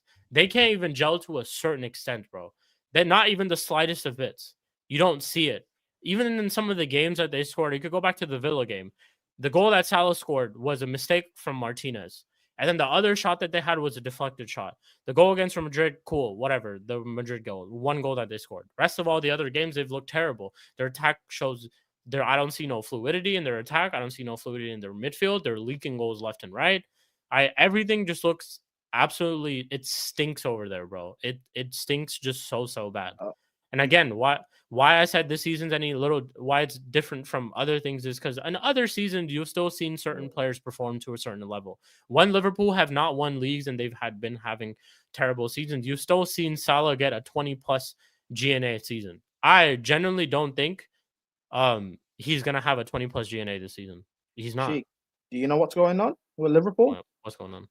And I said this after they won their first Premier League title, and people were like, nah, I'm going crazy. Cool. Mm-hmm. After you spent half a bill, this is the worst ever. This is the worst ever defense of a Premier League champion. Yeah, it is. Seen. Factually, the worst. People are gonna say, "Oh, well, look at Leicester. Oh, Chelsea finished 10th. Chelsea didn't spend half a bill after finishing 10th. You know who, or after winning the league? You know who we spent Leicester on? lost Kante after Do you know who we spent on after we won the league in 14-15? Who? We brought in De La Boggi, Mayaska, and Pedro. You bought Pedro, yeah. I remember that. That was our window. You guys broke the record on Verts, then broke the record. Let's talk about even after that. When you guys won the league with Conte, who did you sign after Conte? That? Morata, Bakayoko, yeah, Zabacosta, Bakayoko, yeah, Rudiger. Mm-hmm. That's about it. Yeah. Drinkwater. Okay, Drinkwater as well. That's about it. But and Leicester had lost both Conte and Mahrez that summer. Not just Conte, not that but same summer. Mara stayed, but they lost Kante. No, but even the Leicester one, the Leicester one, I don't look at. He stayed. He stayed. No one expected Leicester to win the league, and no one expected them to even try and retain it. I don't look at the Leicester one. But for every other champion that's not retained the league, they've not had what Liverpool have had. No, honestly, if you're bringing up Leicester in this conversation, that's embarrassing, bro. You're comparing yourself to Leicester. This is what they do. Come this is on what they do. Talking about how, we need to look at context for Verts. Listen, I'm not saying Verts should have clicked and be amazing straight away, but you need to at least show me something, bro. Listen, Garnacho is showing me more than Verts right now. I don't expect anything from Garnacho. And he's showing me a lot of something. And that's why I don't get it all, is that how can we not even really see a glimpse of any of these players that they've just signed. Bar Ekitike. Sure, I'll take Ekitike out of this. Ekitike is actually signing who... We're not doing that. We're not doing No, that. but Ekitike so far has not been bad. He's not been the worst. He's still okay. Actually, he hasn't scored since Pedro mid-September. Yes, João Pedro has more goals than him. No, Ekitike hasn't scored since mid-September, by the way. Facts. Thank you. How many goals does he have in the league? He has 3. João Pedro And has more, no? Champions League? Champions League, I don't know. I know in the league he has 3 because the last goal he scored was September 20th. CP, does So João Pedro not have more? It's going to be 2 months since Ekitike had a goal in the Premier League. CP, does João Pedro not have more? More in the league, yes. Not. I don't know about the Champions League, bro, because I haven't checked all the stats. Because in the league, João Pedro has the 3rd most goal contribution. So João Pedro has 4 goals and 3 assists, and Ekitike has 3 goals and 2 assists. So he has. But honestly, if you guys want to keep that energy for Ekitike, I have no problem. I'm not going to argue it. I still think Ekitike out of all of them still has been okay. Like when I see him, I still think like he's been all right. He's not been the worst at all. He has been. I'm just showing that you've all, like, barring Ekitike, fine. You've all looked bad. Kirkez, this guy, people were telling me he's the best left back in the league. He's better than Kupi. Yeah. Where are you now, boy? Where are you now? You can't invert. Frimpong don't even play. Invert. Frimpong doesn't even really play. He'd rather trust Shabazlai there as a right back than play Frimpong. Also, like, what I don't get is, like, how can it be this bad? That's what I'm wondering. How can it actually be this bad? How can it be this bad? Ruben Amorim never lost 4 games in a row in the Premier League. And they have. And this is a title-winning side who spent the most money out of all of us. I don't even want to... Like, do you guys remember the things that were being said in the summer? Because if you don't, I do. No, sorry, this is the point I was a laughing stock. No, but this is the point. Summer. But I actually remember this point now. With regards to, like, the leeway for words, it's also the media. And you know who I want to point out? It's your fucking former players. Fucking Gary Neville. Only yesterday he started questioning them. And before then he was like, oh, we need to give Virts more time because he's in the league. And I'm like, you're a Man United legend. Why are you giving him the leeway like you're a Liverpool legend? He's 120 million. Yes, he's 21, but he was also 2-time Bundesliga player of the season. Fact. People were comparing him and saying he's better than Palmer. They said he was the best 10 in the league before even playing a game. Bro, people were saying that he's better than Musiala. Yeah, that too. What's going on? And also having Isak on the bench and you're 3-0 down and you decide to... Chiesa I get because Salah shit on the right wing. But you decide to put in Joe Gomez. What is Slot thinking? And Cody... Okay, you know what? Even Joe Gomez I might get because Konate has been shit. You put Cody Gakpo instead of just keeping Ekitike, maybe putting him on the left for a little bit and putting Isak in the middle because you're... Nah, you know why? Because if he's healthy enough to be on the bench, then he's healthy enough to make an appearance. No, because the game wasn't supposed to go that way. The game was supposed to still be, say 0-0, 1-1. Then you bring on Isak to try and go for it. He didn't expect to be 3-0 down. Bro, they had no chance in that game. Genuinely, that was crazy. That was a blitzkrieg if I've never seen one. They just absolutely got destroyed by Manchester City. They were doing fucking rondos in the middle of the game. Yeah, like around Bernardo Silva. Beginning of the second half, they were doing Bernardo Silva. By the way, old man Bernardo was class. Bro, it's just like, again, it's just more so. Just to speak on like Liverpool itself, I just obviously this is great and lovely to see because I feared for this year, bro. I really thought they would win the 21st league title this year and leapfrog us. But it's just the fact that they're a top 4 race with us now. They're in a top 4 race with us and you, man. Bro, we're above them. I know that's why they're in a top 4 race with me. And this is why this is so important to me because I'm waiting to get invitations on certain channels, bro. Because I'm sick and tired of this. All summer, I sat there and sometimes I didn't even have a section in a show. They would just skip past the Manchester United section. Like a lot of the times, and not just him, like a lot of other channels too, we would just not have United sections because there's just nothing to talk about. Everything that they said this summer, you know, the league's over, this and that. If we get Isak, it's gonna be over. We're gonna get them all. It's We're the gonna quad. go They're get going for the TK. quad again. Hey, We're gonna they're go going get for Isak. treble. We're gonna go get all treble. of them. The quad. Fuck the treble prime. The quad. Like they don't say treble over there. They just say straight quad. Bro, Liverpool fans were like, it was if you The only said quad they're that they winning- saw this season was them losing 4 games in a row. Bro, That's if, the only if you quad that if you told a Liverpool fan in the summer you're only winning one major, they would look at it as an insult, bro. Like you insulted their mother. bro. Like that's all I'm saying. All this chest, all of these things. And look, I'm fair and I get it. I think a lot of us would react the same way. If a lot of us were signing players of that stature or how much money that we were spending or whatever in our summer transfer window, I think all of us would have chest. I think it's just right. A lot of us would have chest. Maybe not as much as some Liverpool fans did, but if you're coming off of a title winning season and you're signing all these players, of course you would have chest. So I get that aspect of it. But all I've been hearing so far for a lot of these players have just been nothing but excuses. And now the excuses are running out. And now I just don't want to hear it. Now I think people just have to say that all these signings so far that you've made, maybe Bar Ekitike, at least for me, they've been flops, bro. Let's just keep it a buck. You know what's crazy? Every signing Bar Ekitike this season, do you know how crazy that is? Every signing Bar Ekitike this season so far has been a flop. Fact. You know what's crazy? And one of them was considered the second best striker in the league. You know what's crazy, right? Remember, was it in the summer? And the other one was considered the best left back in the league.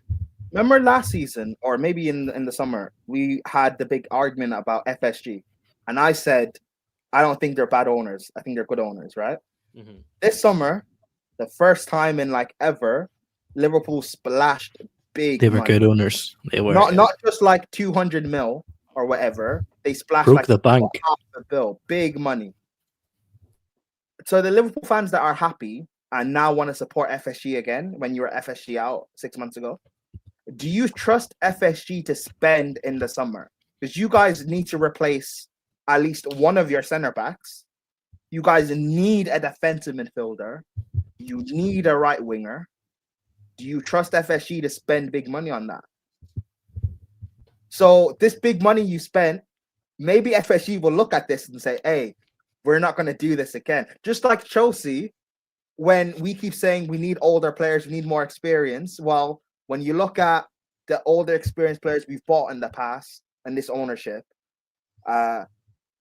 Sterling, Koulibaly, we brought in, we have the experience of Tosin and Chalobah. These guys aren't good.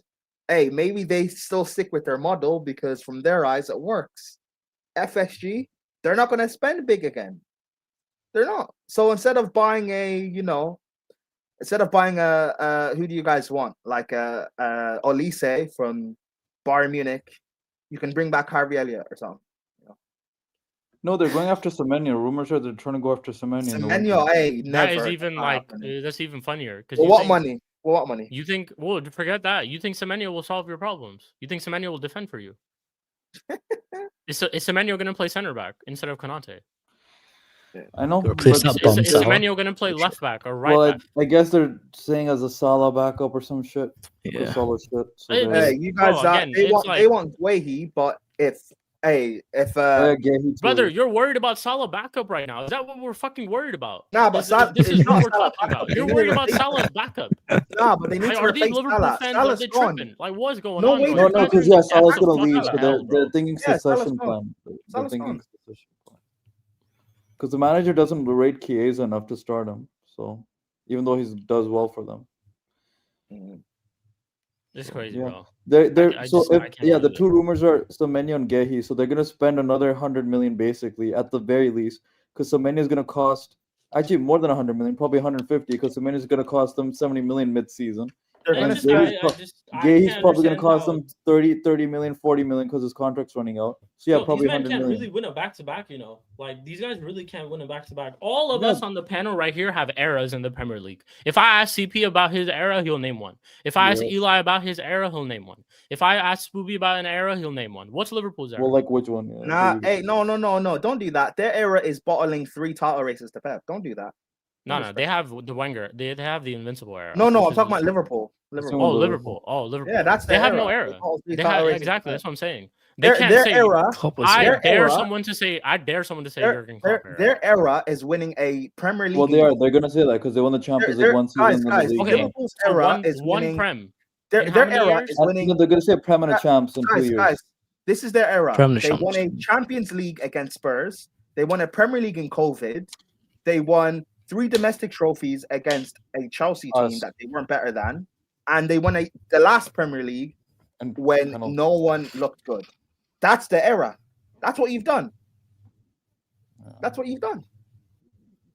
You lost two Champions League finals where Van Dijk was Yes. twerking in. That's your era, guys. Well done. Also, Van Dijk. Wayne Rooney spoke to you last week, and Liverpool fans were acting as if Rooney was crazy. Remember that? Yeah. Guys, Crazy. listen, this guy, you're not on the Terry Rio level of center. You're barely not. better than Cahill right First now. of all, Just be Van happy Dijk, about if that. you ever played in Rooney's era, he would fucking eat you alive, bro. Alive, Don't ever yeah, try brother. to put no disrespect on my striker's name. Dude. He would Yeah, eat or you Drogba, buddy. alive, He's bro. cooking your ass, brother. They're cooking Hey, your ass, bro. he's Let's just cooking be your completely ass, honest. This bro. whole twerking shit ain't working against them. That's all I'm gonna Facts, say, bro. bro. Like, it ain't working against them, bro. Hey, Like, Rooney likes shagging Dude, grannies, bro. Yeah, Van like, Dijk against fucking hell. Van Dijk against Prime Van Nistelrooy, brother. Good luck with that, bro. Good Bro, like fucking Hey, Rooney luck. was Van Dijk even in our versus, shitter years. Anelka. Rooney was going to San Siro and dropping goals there, bro. Bro, Like, Rooney is scoring goals at Van big Dijk fucking versus ground. Like, let's Anelka is just- a long day. And also, Rooney loved playing against Liverpool, the one team where he would always turn up against. And you think he wouldn't want to turn up against you?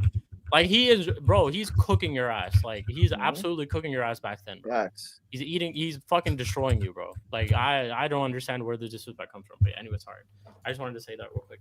No, you're right. Also, I think with regards to Salah, I now know the answer that Trent was carrying his whole career because the season Salah broke out with 40 goals was when Trent made his debut for Liverpool, by the way, and he's been shit this year, and Trent's gone. So the guy who basically used to pass on the ball, and he used to be a sprinting machine, Mr. Kick and Run Merchant, doesn't have the guy who passes on the ball now. By the way, did you guys see Luis Diaz's goal this weekend? Dude, oh my god, bro. That Mm. angle was insane. That angle was fucking insane.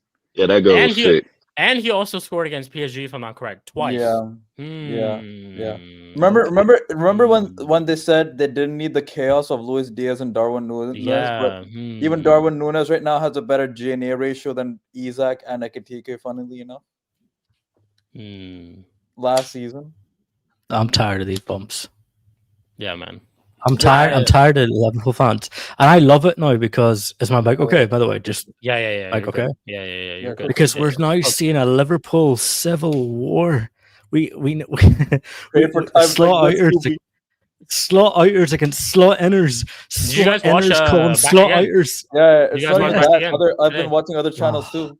There's a civil war, Months man. against James Redmond and Grizz, and they're eating each other alive, and I alive, yeah. love it. I love The it, slot bro. inners calling It's slot just- outers, not real fans.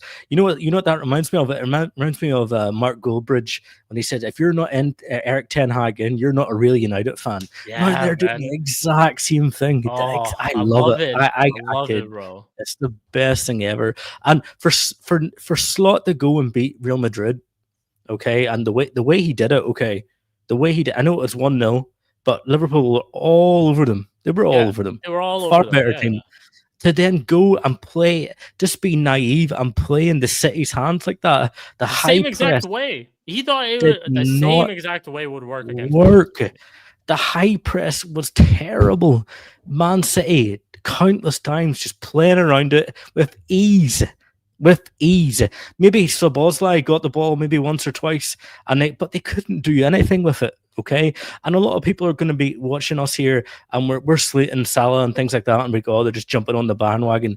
We've been waiting at the platform on this channel before the train arrived.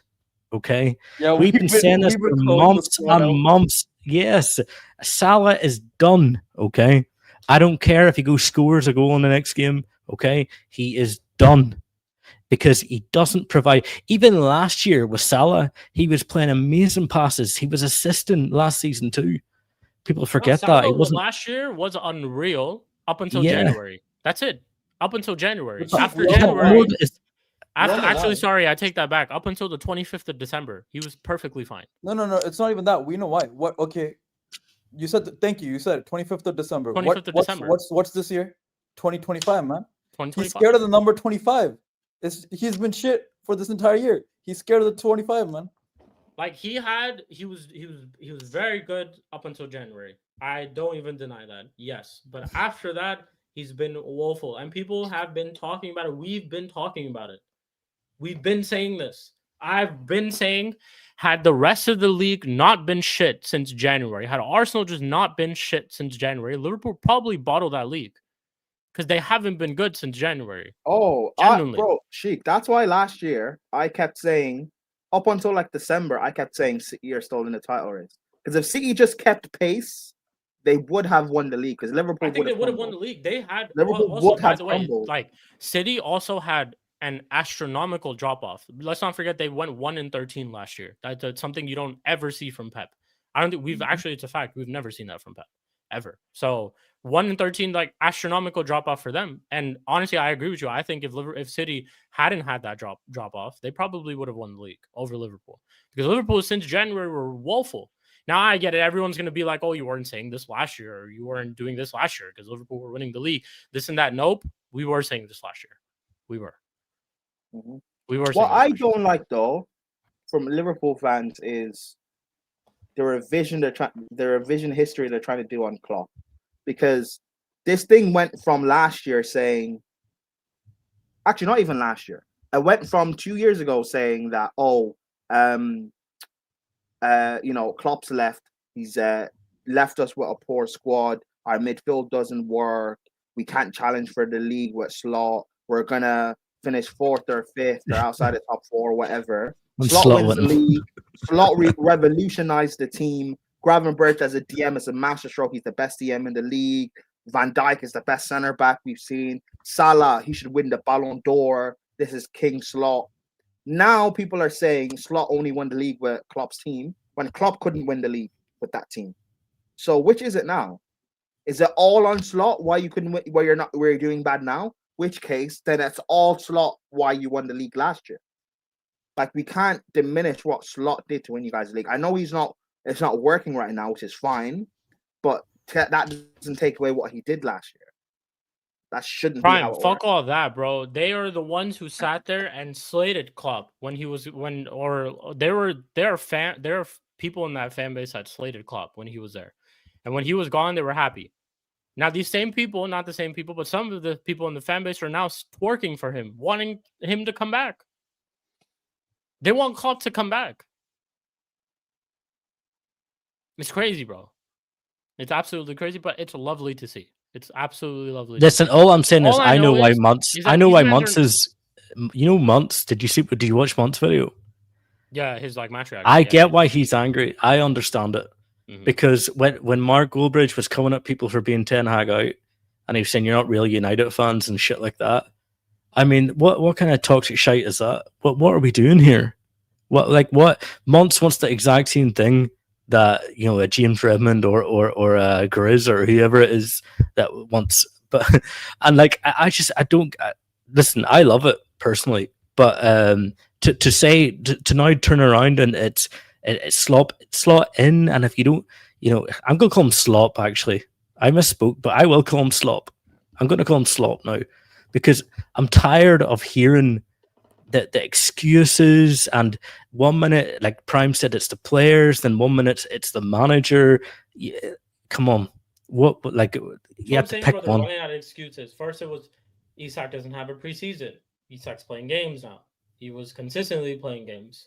Verts, whatever the fuck they say about Verts. I don't even know what they say about Verts. Like, generally, I don't know what they say about Verts, bro.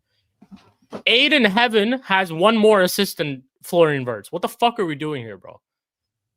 Aiden Heaven has an assist over Verts. Like, what the fuck are we doing? Garnacho's getting 2 assists in a game.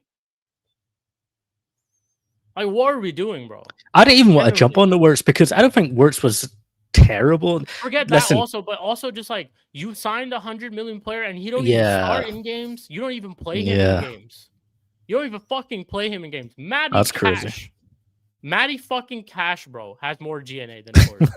And what the fuck are we doing here? Genuinely, I'm sorry, bro. And the reason why, I'll tell you why this pisses me off so much. Because had this been a Paul fucking Pogba, had this been Paul Pogba, had this been Florian Wirtz in a United shirt, had this been Florian Wirtz in a Chelsea shirt, had this been Florian Wirtz in an Arsenal shirt, we'd never hear the end of Crucified. it. We would never hear the end of it, bro. We'd never hear the end of it. Every single week, they would bring these people up. 100%. But when it's Florian Wirtz in a Liverpool shirt and the media is behind him and this and that, oh, it's okay for him to have these type of performances. Bro, oh, it's okay for these guys to do what they do.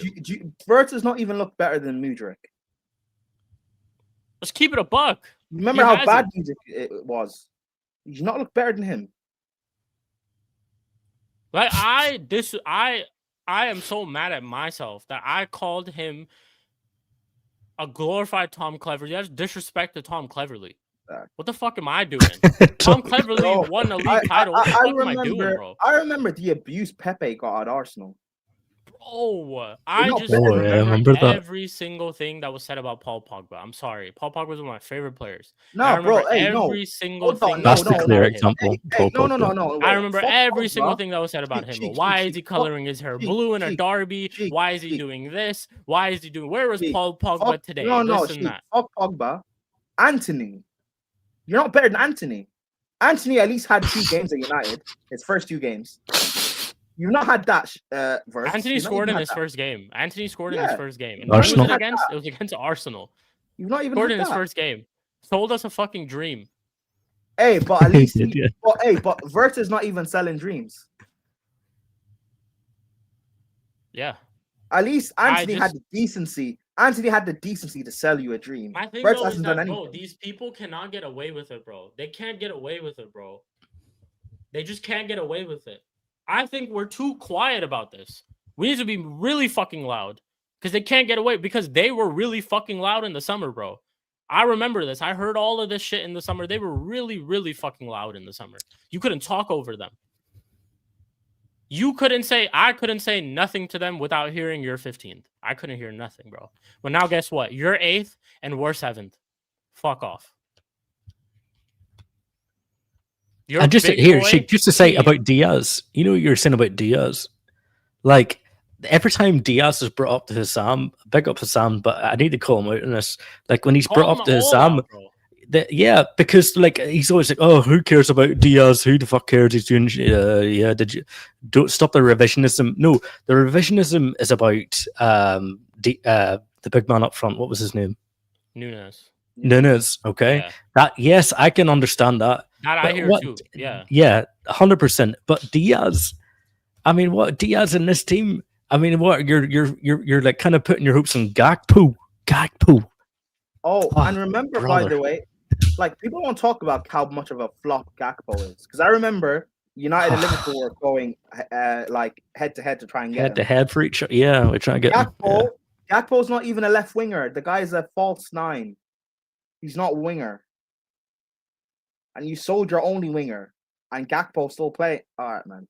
Well, I think it's prime. They didn't want to talk about it last year because Salah was scoring all the goals and getting all the assists, so everything was just going under the rug because Salah's doing everything, and we're flying.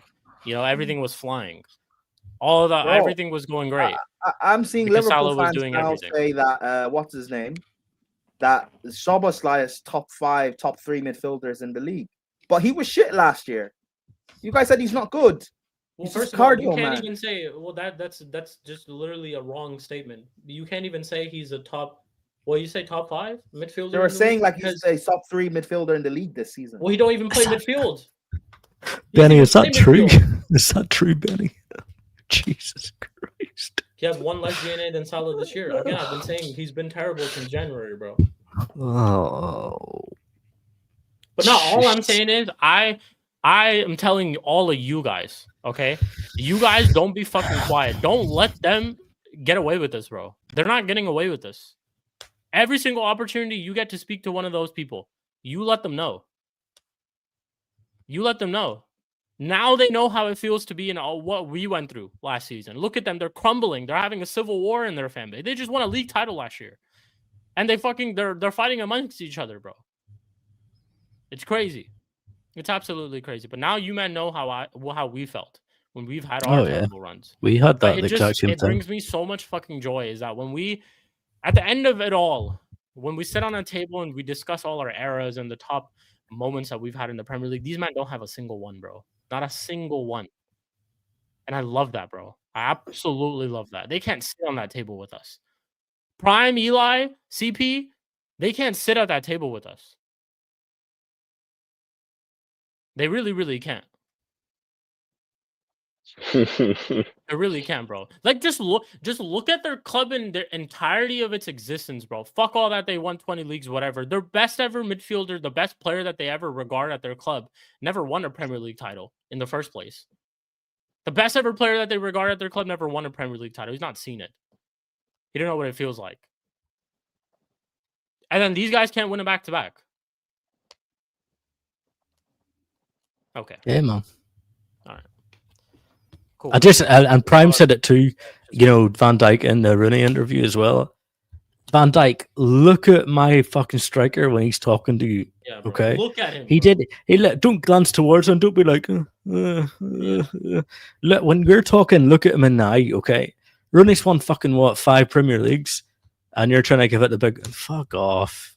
Come on, man.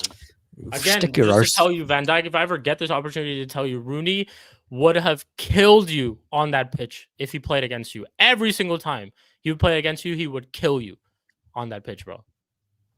None of that twerking gimmick won't be working against Rooney. None of that shit would work. You can't be doing all that. You would be getting cooked, bro, against Wayne Rooney. I don't matter if Rooney's playing on the wing, if he's playing in the midfield, if he's playing as a striker, as a 10, as an 8, it don't fucking matter, bro. You're getting cooked. You're getting cooked by him. So, yeah, forget that whole gimmick. But yeah, man, it's lovely to see. And I just, this is going to be great. This is going to go down as the worst, it already is the worst title defense that we've seen so far from any team in the Premier League era, at least. But yeah, like, it's just absolutely lovely to see, bro. Spending all that money. And hey, if Slot gets sacked this season, bro. If he gets sacked this season. Oh my days. Oh, I want to see who they get in. Oh my god, it's gonna be glorious. If they get sacked this season, I don't even want to see who they get in. I just want to see what happens. Like, yeah, the content is just going to be absolutely amazing. Absolutely amazing. And Prime brought up the argument. Remember, me and you, Sheik, were arguing with Prime about FSG or bad owners, and then the next window they get and sign like fucking 500. No, but the thing is, like, you can't. The one I kept saying this along with that argument too is that no Liverpool fan can look at FSG and say anything towards them. Bro. They can't do it now. They can't no, say they anything can't. towards them. But It's the same type of energy. It's the same energy that I kept towards Ineos as well. I don't like Ineos and I want them out, but I did say this summer that they've done every single thing that Ruben Amorim has asked for. I can't fault them for that. That's always been my argument with like Liverpool fans and United fans and Arsenal fans that complain about the ownership. Mm-hmm. You can't. All you guys that were FSG out, you can't now be FSG in because they spent a bit of money or 500 mil in the summer. Mm-hmm. You can't just do that now because do you trust them to spend money again like this? No, they won't. I don't trust them to spend big money on Olise and on Baliba as a DM and spend big on a center. They're not going to do this again. One thing is spending the money. Also, they just the season before that they gave massive contracts to Van Dijk and Salah. Like Salah's on 400k. All that money, he's literally on 400k. Yeah, Prime. I would argue the opposite because, like, if any Liverpool fan came out now and blamed the FSG, they would look fucking silly. Like, they would look. Yeah, but Spooby, But that's my point, though, because the same Liverpool fans that would be FSG out now are the same ones that backed FSG in the summer for spending money. You can't. That's been my point of, like, regardless of what me thinking FSG are good owners, I just in general don't like people that flip flop on the ownership. I'm consistent with my ownership, or mainly my my sporting directors. Yes, I gave them credit for the first half of our window for us to win the Club World Cup. But I also said, like, let's capitalize now and actually push for this league. We didn't. The window ended. I rated it a 4 out of 10. So, like, At least I will be consistent, but most people just won't be, and that's what I don't like.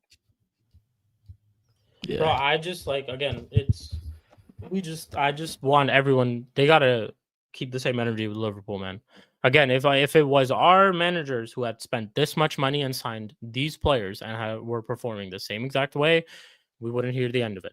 If we had certain players in our squad who were performing the same exact way, we wouldn't hear the end of it. If we had Verts or Isak or any of these people, we wouldn't hear the end of it. So it's the same thing. We gotta. It has to be said to them as well. Would any of So- you take Words at your team? Like if you had the chance to get him for a reasonable price, would you take him?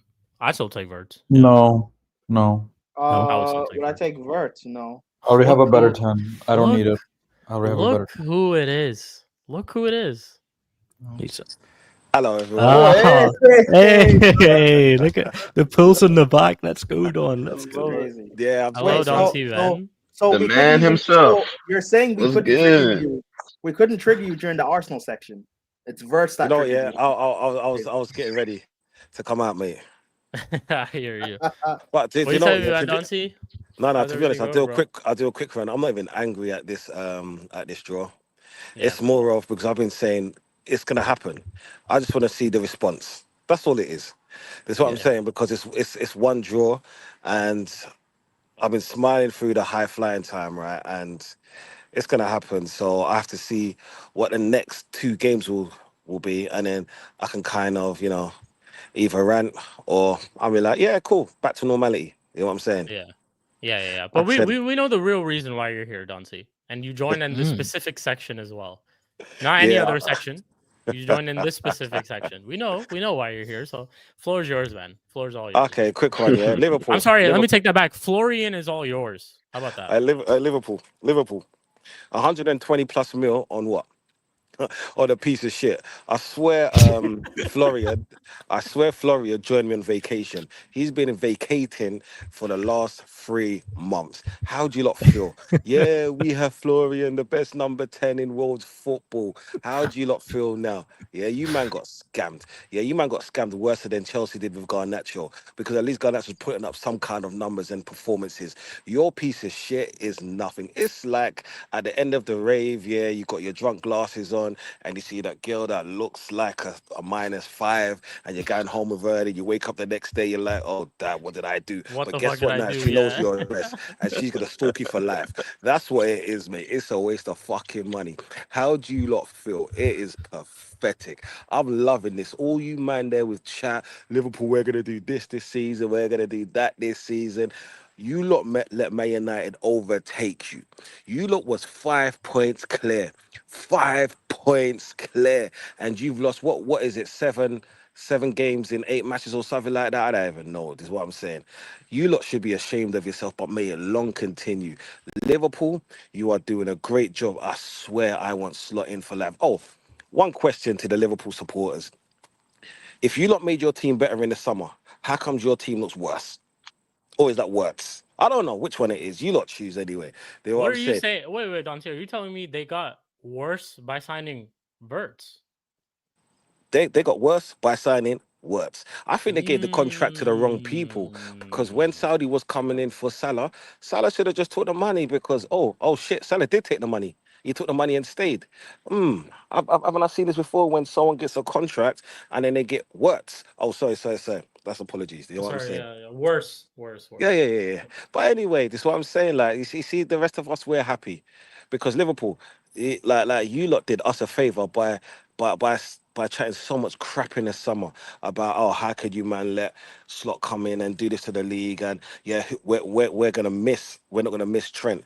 I saw the Champions League game. You man snubbed Trent. Most of you man, Salah snubbed Trent, but he ain't done nothing this season. Come on, man. Let's put it this way: Salah, the African king. This is what I'm saying. The heir to the Black Panther, Wakanda, and all of that. Man is shit, bruv. Like Mr. Stat Padder. Like, please, people, yeah, in the chat, do not ever say Salah is better than any legend, because he cannot compare. Because it's not like he's going missing in big games. He's going missing in all games. Yeah, and just remember, this person's been playing in the Premier League for how long now? You know what I'm saying? So do you know what? Yeah, before I go out, yeah, do you know what works? Keep up the good job, because what is it now in the league? 0011? 0012? I don't know. 11. 0011. Do you know Yeah. what? Yeah, let's try and get him to 0015. You know what I'm saying? Or Garnacho numbers. Because could you imagine that? Garnacho numbers as 130 or 120 mil player, mate. That's a story right there. You know what I'm saying? So please keep Garnacho the same. Let's do this. Keep Garnacho. No, not Garnacho. Works the same. You see, I'm getting both of the names mixed up because they're like the same player. Oh shit. Garnacho has got more GA, so Yeah, I'll they're leave him not the alone. same player. Yeah. No, I they're not was the gonna same correct player. you over there. Yeah. It's nothing wrong was said at all by Don Seaman. Again, if you guys want to go see 0011, go on Netflix, type Stranger Things. You'll see 0011 there. What peoples? That's what I've you'll got see to go there. now, so I can Hey, see my Don, is wife that all looking at me with inclusive? those crazy eyes. Does Go on, she quickly, be all quickly. inclusive over there, Don? Say that again. Is it all inclusive? Yeah, it's all inclusive. It's all inclusive. Oh yeah, I'll see. Yeah, Like, Sheik's paying well. Sheik's paying well, you know. Here we go. Yeah. Well, I told you, I Scoob. take. Nobody can say I don't take care of my people, bro. I take care Scoob, of this is my the, Scoob, this is why you're not going to get no bonuses for the next 5 years. It comes to this shit. Hey, This is nah, not the league Scooby, settings. Scooby, this is the league title bonus, by the way. Don't spend. Yeah, it is. It's the pre-league title bonus. You know what I'm saying? Yeah, man. Scooby, as we speak, is looking up all inclusive hotels as we speak. Well, It is what it is. it is what it is. I lads, It is big what up. it Yeah, I'll is. talk to you next Big week. up to you, Yeah? Dante, every single time, man. Big up Hopefully every you're single enjoying your time, time out broski. there, man. Hopefully Big you're up, Dante. enjoying your time over there, man. This is like, see, this is how you know it's serious. The guy said pause to his holiday just to shit on Liverpool. I respect it, bro. Like, this is general dedication, that's and cool. I absolutely love that. So yeah, man. Long may it fucking continue. Cool. That is the Liverpool section. We have one final section that we will discuss before we do end the stream. Make sure you guys are all running at the likes, of course, if you guys aren't entertained. Yeah, smash the like, subscribe. Let's get to, I think we were at 20 likes. I just checked. Let's get to 30 likes. That's the goal. Spoobs, I'm gonna go straight to you first. Spurs, United. We can't beat them yet again. Another game where we've conceded 2 goals now, back-to-back weeks. Actually, I take that back. It's just 3 weeks in a row now where we have conceded at least 2 goals defensively. This is the second week in a row where we've conceded 2 goals in the span of minutes. Another game where in the second half we look like an absolutely different team. Another game yet again. And yeah, same old stuff, bro. Same old stuff again. That Spurs team that had a woeful performance against Chelsea managed to score 2 goals from us. And who for the people who don't know who scored those 2 goals, Tell Mateus Tell boy. Mateus Tell scored a goal. A sentence you rarely ever hear any of us say, ever. But you heard it this weekend. Richarlison.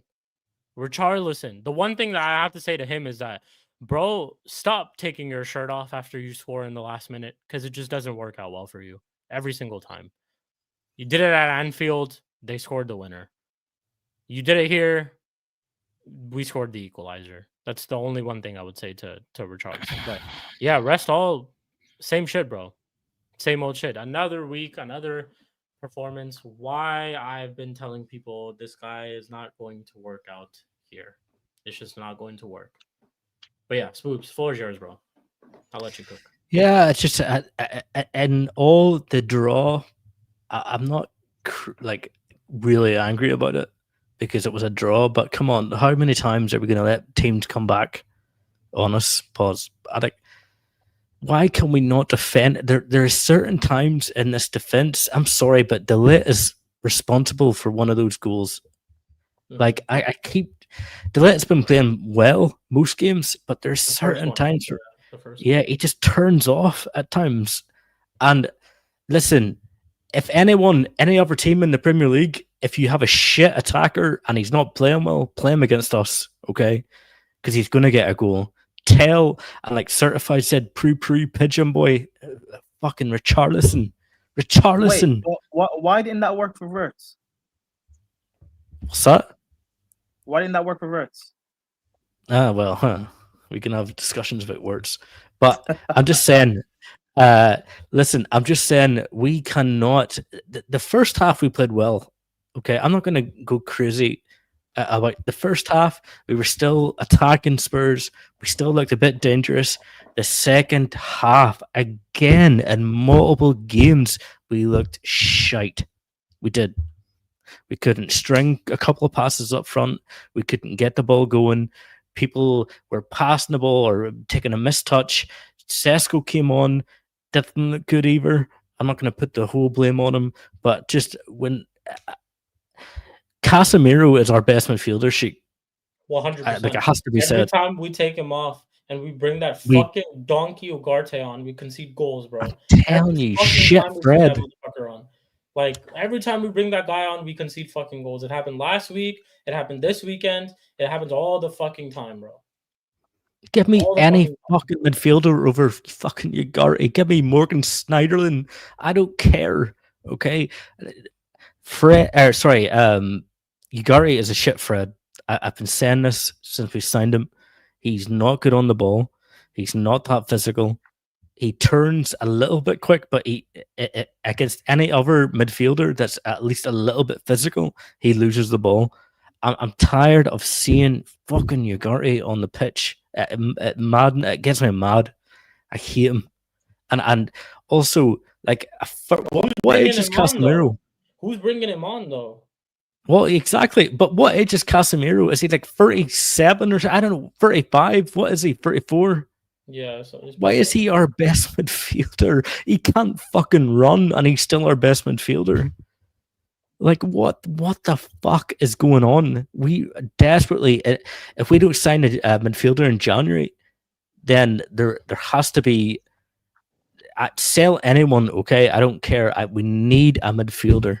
We need him because I don't want to see Bruno and Casemiro and Ugarte. Like, it just Ugarte. I can't explain to people how bad he is. Like to Arsenal fans and City fans or Chelsea fans, I can't explain how bad he is. I would rather have give me like another Chelsea CDM or an Arsenal CDM that I'd rather have. Conor Gallagher. You know what? I fucking rather would. I would. I would as well. That's how bad Ugarte is. At least I know what I'm getting with Conor Gallagher. It might be shit. Like, it might be the worst fucking shit. But at least I know what I'm getting from him. I know I'm getting shit from him. I know that. I don't know what I'm getting from Ugarte. I generally don't fucking know what I'm getting from this guy, bro. Generally. You don't. Speak on Sesko. Speak on Sesko. I want to talk about Sesko was brought on. He had a couple of chances. I thought he could have been quicker at taking a shot or making a decision. There's a couple of hold-up plays. He done all right. I like that. The only thing I don't like about United fans right now is they're doing the revisionism of Højlund. Go look at Napoli. They haven't scored in their last 2 games. But yeah, he scored a couple of goals for Napoli. Now everyone's like, "Oh, Højlund." No. Sesko, yeah, he could have played. He definitely could have done better. We have to hold Sesko to a high standard. He's 70 million. He wasn't like a 10 million. Like, he wasn't like an Igalo or a Cavani that we got for low fee. But he's a 70 million pound player, so we have to hold him to a high standard. He wasn't good enough. Yeah, he should have honestly done a lot better. Definitely, he did have that one chance. Definitely should have done better. Also, Cunha that game. I don't know. Listen, I'm not going to give in. No, Prime. I got Prime, but anyway, I'm being careful because I don't want to count Cunha out, because when I see Cunha on the ball and he's taking players on, that's what I like. I enjoy that. It's better than when Garnacho got the ball, for example. Cunha needs to be called out a bit. United fans, he does. He does. I've called him out before too. I called him out before the Brighton game when he scored. I said, like, it's all well and good that he's doing all these things, but if it's not leading to anything, then you have to kind of call him out. And even now, like, I'm kind of still at this stage, but I feel like he'll come through and he'll come good. because again, just looking at the quality of the player that he is, I think he'll come good. But Yeah. yeah, you do have to definitely call him out. I think 100%. Yeah, that's what I was gonna You gotta say. stay Like, I'm not gonna criticism. say he's Yeah. a shit player. He Yeah. has the ability. He has the ability to be great, but there's just, I don't know if it's the system or when he gets the ball. I just sometimes I feel that he makes it harder for himself when he gets the ball. Like, he does the harder thing. He wants to take on like 4 players when he gets the ball. No, Yeah. just go back, keep possession, pass it sideways, pass it back. Okay. That sometimes when we're under pressure, like in that game against Spurs, because towards the end of the game, Spurs were piling on us. They were piling on us, and we just need some players to just keep the ball. Okay, I don't need you to go on a crazy run. I don't need you to go take on 5 or 4 players. Just keep the ball. Pick up Victor. But I thought 2-2. It's not a terrible result. I'm worried about us when we go a goal up, how we're conceding so quickly in a set period of time. Like, we'll concede 2 goals in 5 minutes, or concede, like we can't hold on to a lead. And that's what's worrying me. And especially when we're conceding the goals in very quick succession.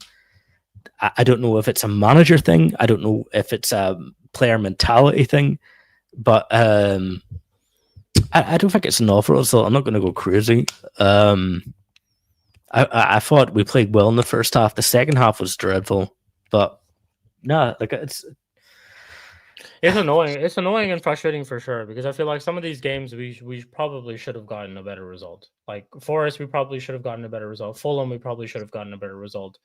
Spurs, we probably should just be able to close these type of games out. Like, we should be able to do that. However, it's just a growing pattern of the same thing again and again. First half is great. Second half, we don't look great. Normally, when he brings on his changes, that's where we fucking fold.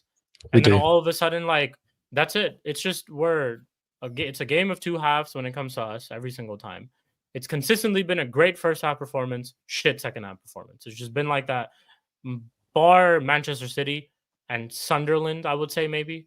Bar those 2 games, it's been like that every single game. Every single game, it's a great first half performance, second shit second half performance. Also, let's just also keep it a buck. We talked about this in the beginning of the season, and all the people who were backing him and all of these things said it. 1 game a week, all that type of stuff. We've conceded, I think, 16 goals so far in the league. We play 5 at the back. We set up defensively while playing only 1 game a week, and we still look shit. Like, make it make sense to me, bro. We've added more quality in our team.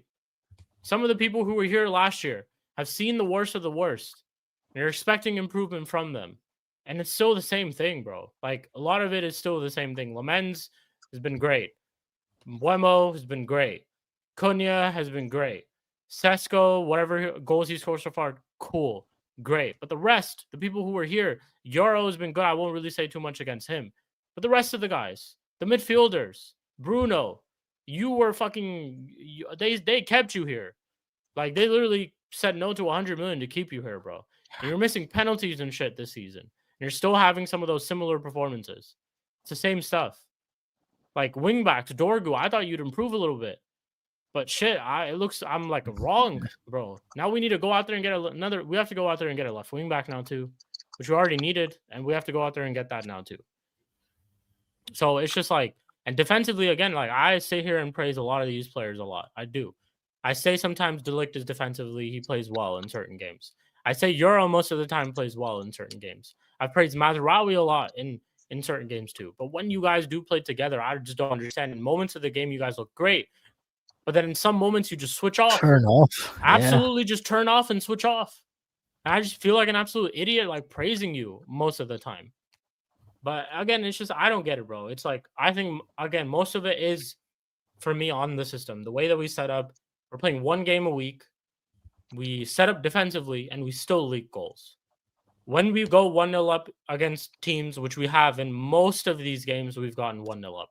1-0 up against Liverpool, 1-0 up against Forest, 1-0 up against Spurs, 1-0 up against Brighton, 1-0 up against a lot of these teams.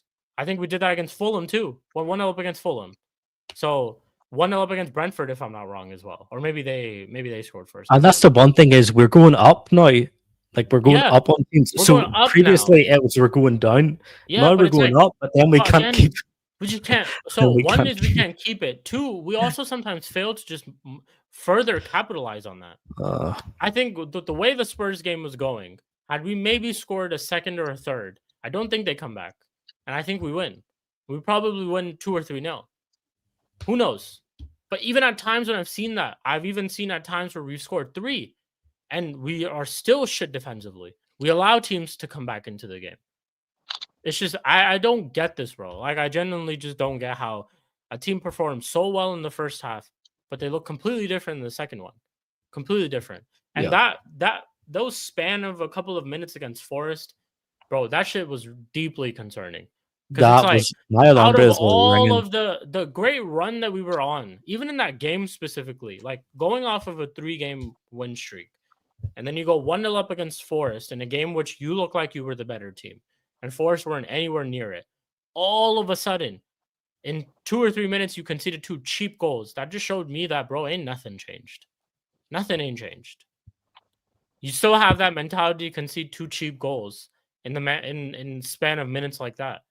Ain't nothing changed, bro. And it's going to be a Look at this AK fraud in the chat. Lamans was impressive, I thought, but he conceded twice. Those goals were not Lamans. Come on, yeah, what? something on him. Hey, look, this guy won a game. Now he's fucking piping up. You know, now he's talking. The one thing I would say is that you're saying if you're giving slander to Lamens, we're currently unbeaten with Lamens in goal. We haven't lost with him. Hey, Did you know that? We haven't lost with him. Yeah, we haven't lost. With him.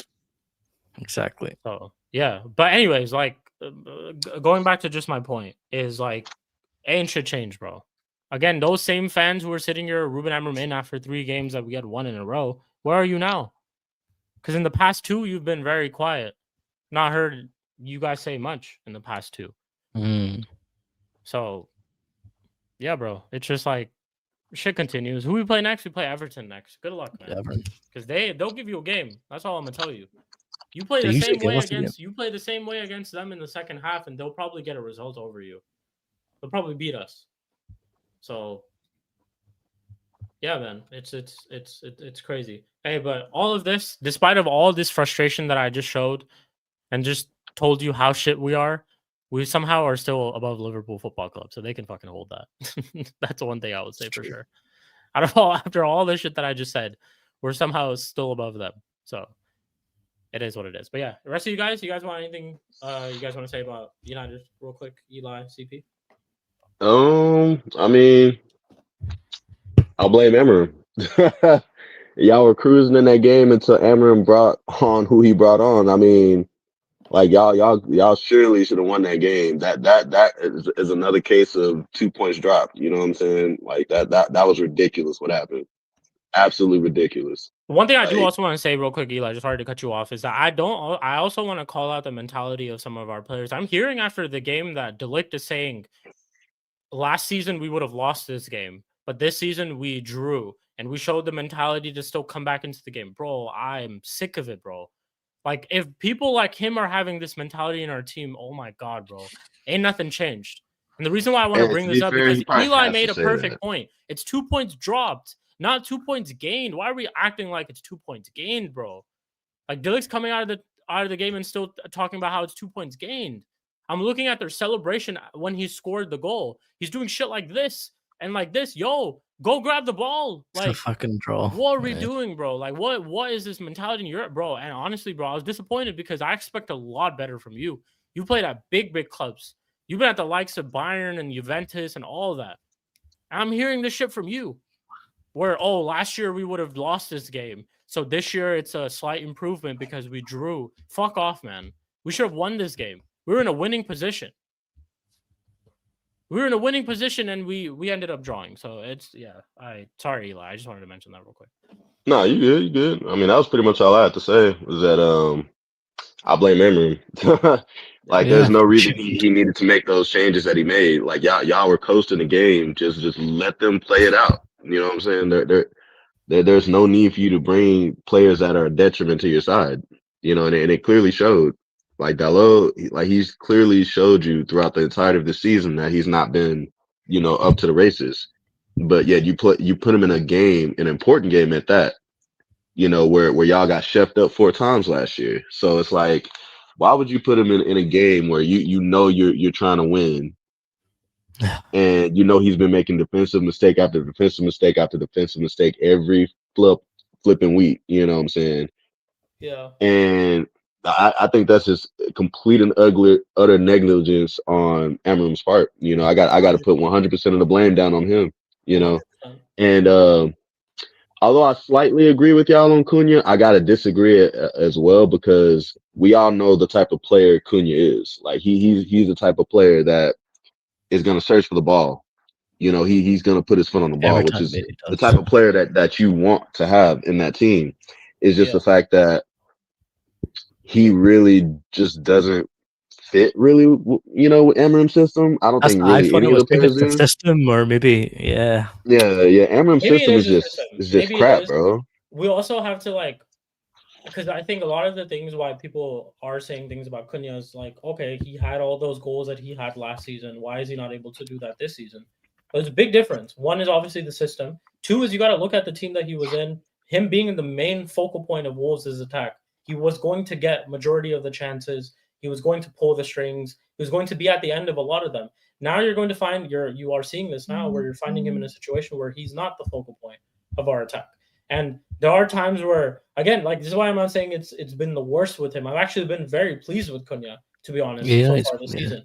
Like, and I say why I'm pleased is because what he's still giving to me on that left-hand side is something I wasn't getting last year. Even him being able to beat players, you know, being involved in take the people attack, on.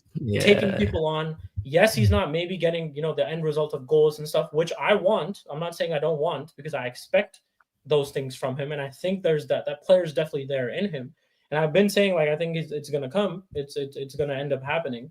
But also at the same time, I'm seeing a lot better from what I saw on my left hand side with Garnacho in our team. And when shit just wasn't working, and even when I saw things with Rashford when he was here, I'm still seeing a lot better. So on that aspect, I get it. But it's also like with the goal thing, it's like I know he doesn't have that much freedom as he did at Wolves, and he wasn't the main focal point of their attack, all of that. But also at the same time, with the price tag that he has to him, and knowing the standard that I have for him as a player, I think he should be doing better because I think highly of him. That's just why I think he should be doing better. But the criticism and stuff that people are having towards him a little bit, I kind of understand it because maybe he's not scoring the goals and getting the assists that they want. But anybody who thinks that Cunha has not been playing well for us or he's not been performing well for us is just lying, because that's not true. He does play Definitely well. overall, he's He overall does play well for us, and he overall does add a lot to us in an attack. He does. And it's like, again, I end of the day, I do want to see goals and assists do come from him. And I think they will. And that's why maybe we're so harsh on him, because we expect more. Because we're just not seeing the goals and assists from him, and we expect more because we know how good he is. We know how good he is. That's what it is for me. I think he's a very, very good player in the Premier League. That's why I expect more from him, and I think he can show that quality. So we'll see. It's just a matter of time. But I'll speak on the other guy, Mbuemo. I mean, the guy he's been just scoring left and right for us, bro. Like scoring headers and things, scoring all types of goals. Like he's definitely been, it's very, very, very, very good to have him in our attack, bro, and have both of them, to be honest. But we'll see, man. We'll see what happens. It just sucks because these are all games that we should be winning. We'd be a lot, honestly, higher in the table if we did end up getting results over some of these teams. So, I just seen your guys' comments. Yeah, we'll go there. But cool. That's pretty much it for the United section. CP, you have anything you want to say about United real quick? Not really about United, but God, dude. I do want to give credit to Van der Ven for some of the tackles he had against Susko. They were great. Also bad touches by Susko in my opinion, but still like the speed and awareness to get those tackles. So props to him. Other than that, do you think he's top 3 centre backs, CP? In the league? In the Prem? No. Really? No. Who do you have over him? Both the Arsenal ones easily. So who's the third? And then who's beating him for third? Ruben Diaz this season has short, like. Oh yeah, he's been good this season. Well again. I still think Ruben Diaz is suspect, but this Ruben season he Diaz hasn't would been be playing good. well. But he has been Yes. doing better than him. Like I still, he's not as strong as the other two in Arsenal, but I still think he's better than Van der Ven. And also, like Van der Ven has his like knock on wood, because I don't want any player to get injured, but like his fucking hamstring exploding because he has to like recover. He from, bombs up the pitch a lot and then has to yeah, recover. he and bombs run up the back. pitch Like, himself, and also like the last 2 seasons, at least with Ange Ball, that line was so high he would fucking need to jog, like sprint back. To yeah. try to save. Funny though, speaking of Van de Ven, there was a moment in the game, I don't know if you remember, Spoobs, where he tried to do that same thing he did midweek, where he was going to pick up the ball and just Cut the run. shot. And Casemiro absolutely just shut that shit Just down. Bro. clattered He him. absolutely just clattered him, bro. Yeah. Absolutely clamped the shit out of Yeah. him. Like, yeah, he's like, yeah, you're not doing that. You're not doing that No. in front of me. But the funny thing is, he's He's already like, done that he's against like, us. you're not going by me. I'm just gonna break it if you try it. The He's funny just- thing is, though, he's already done it against us. He did it last season. He didn't score, but he provided an did. assist. Yeah, he ran And it was assist. the whole entire Yeah. pitch, and it was an assist. Yeah, he already did that before as well. Yeah, Yeah. that's just me being cheeky. But I yeah, think that was like a mid off, but like was a shit entertaining game. It was game a at really the shit end game. though. Yeah, I would say entertaining at the end, like the last 5 minutes, right? Because Yeah, you had Spurs, bro. Richarlison 3 kicking goals in the straight last off with the 5 touch minutes. of Neymar, him and Ronaldo, R9, Yeah, and then you had to like put the comeback. So every single time. The guy needs to stop taking his shirt off after he scores, like in the last minute, bro. It just doesn't work out well for him. He celebrated like That that is goal like he hilarious, was. bro. He It's just so gave funny birth- that it's happened to Oh him my again, bro. God. You know, like it's literally Bloop, happened to him bloop, again. Yeah, celebrate like he gave birth to his son or something. Like he was like, I just need Cunha to start playing well because Cunha's not getting GNA. Me as a Brazil fan has to deal with fucking Richarlison being called up to the Brazil squad, bro. Don't worry, bro. Cunha will come through. Cunha will come Please, through. bro. Fuck. I'll tell you this. I think Cunha will really step up during AFCON. I think he'll step up in AFCON. And to during be AFCON. fair, even though he's not getting the GNA, you still see the performances for Cunha. Yeah, yeah, so you there's still that. see him on the ball. You still see him. Like I will still Yeah. say this. I still feel like in every single game he's at least given me a 6.5 out of 10. I will say Yeah. that. He's at least 100%. given me a 6.5 out of 10, which is not bad. And that's Garnacho would give me a 2 out of 10 every fucking game. Right. And just think, he's doing that in that shit system. Yeah, Exactly. Yeah.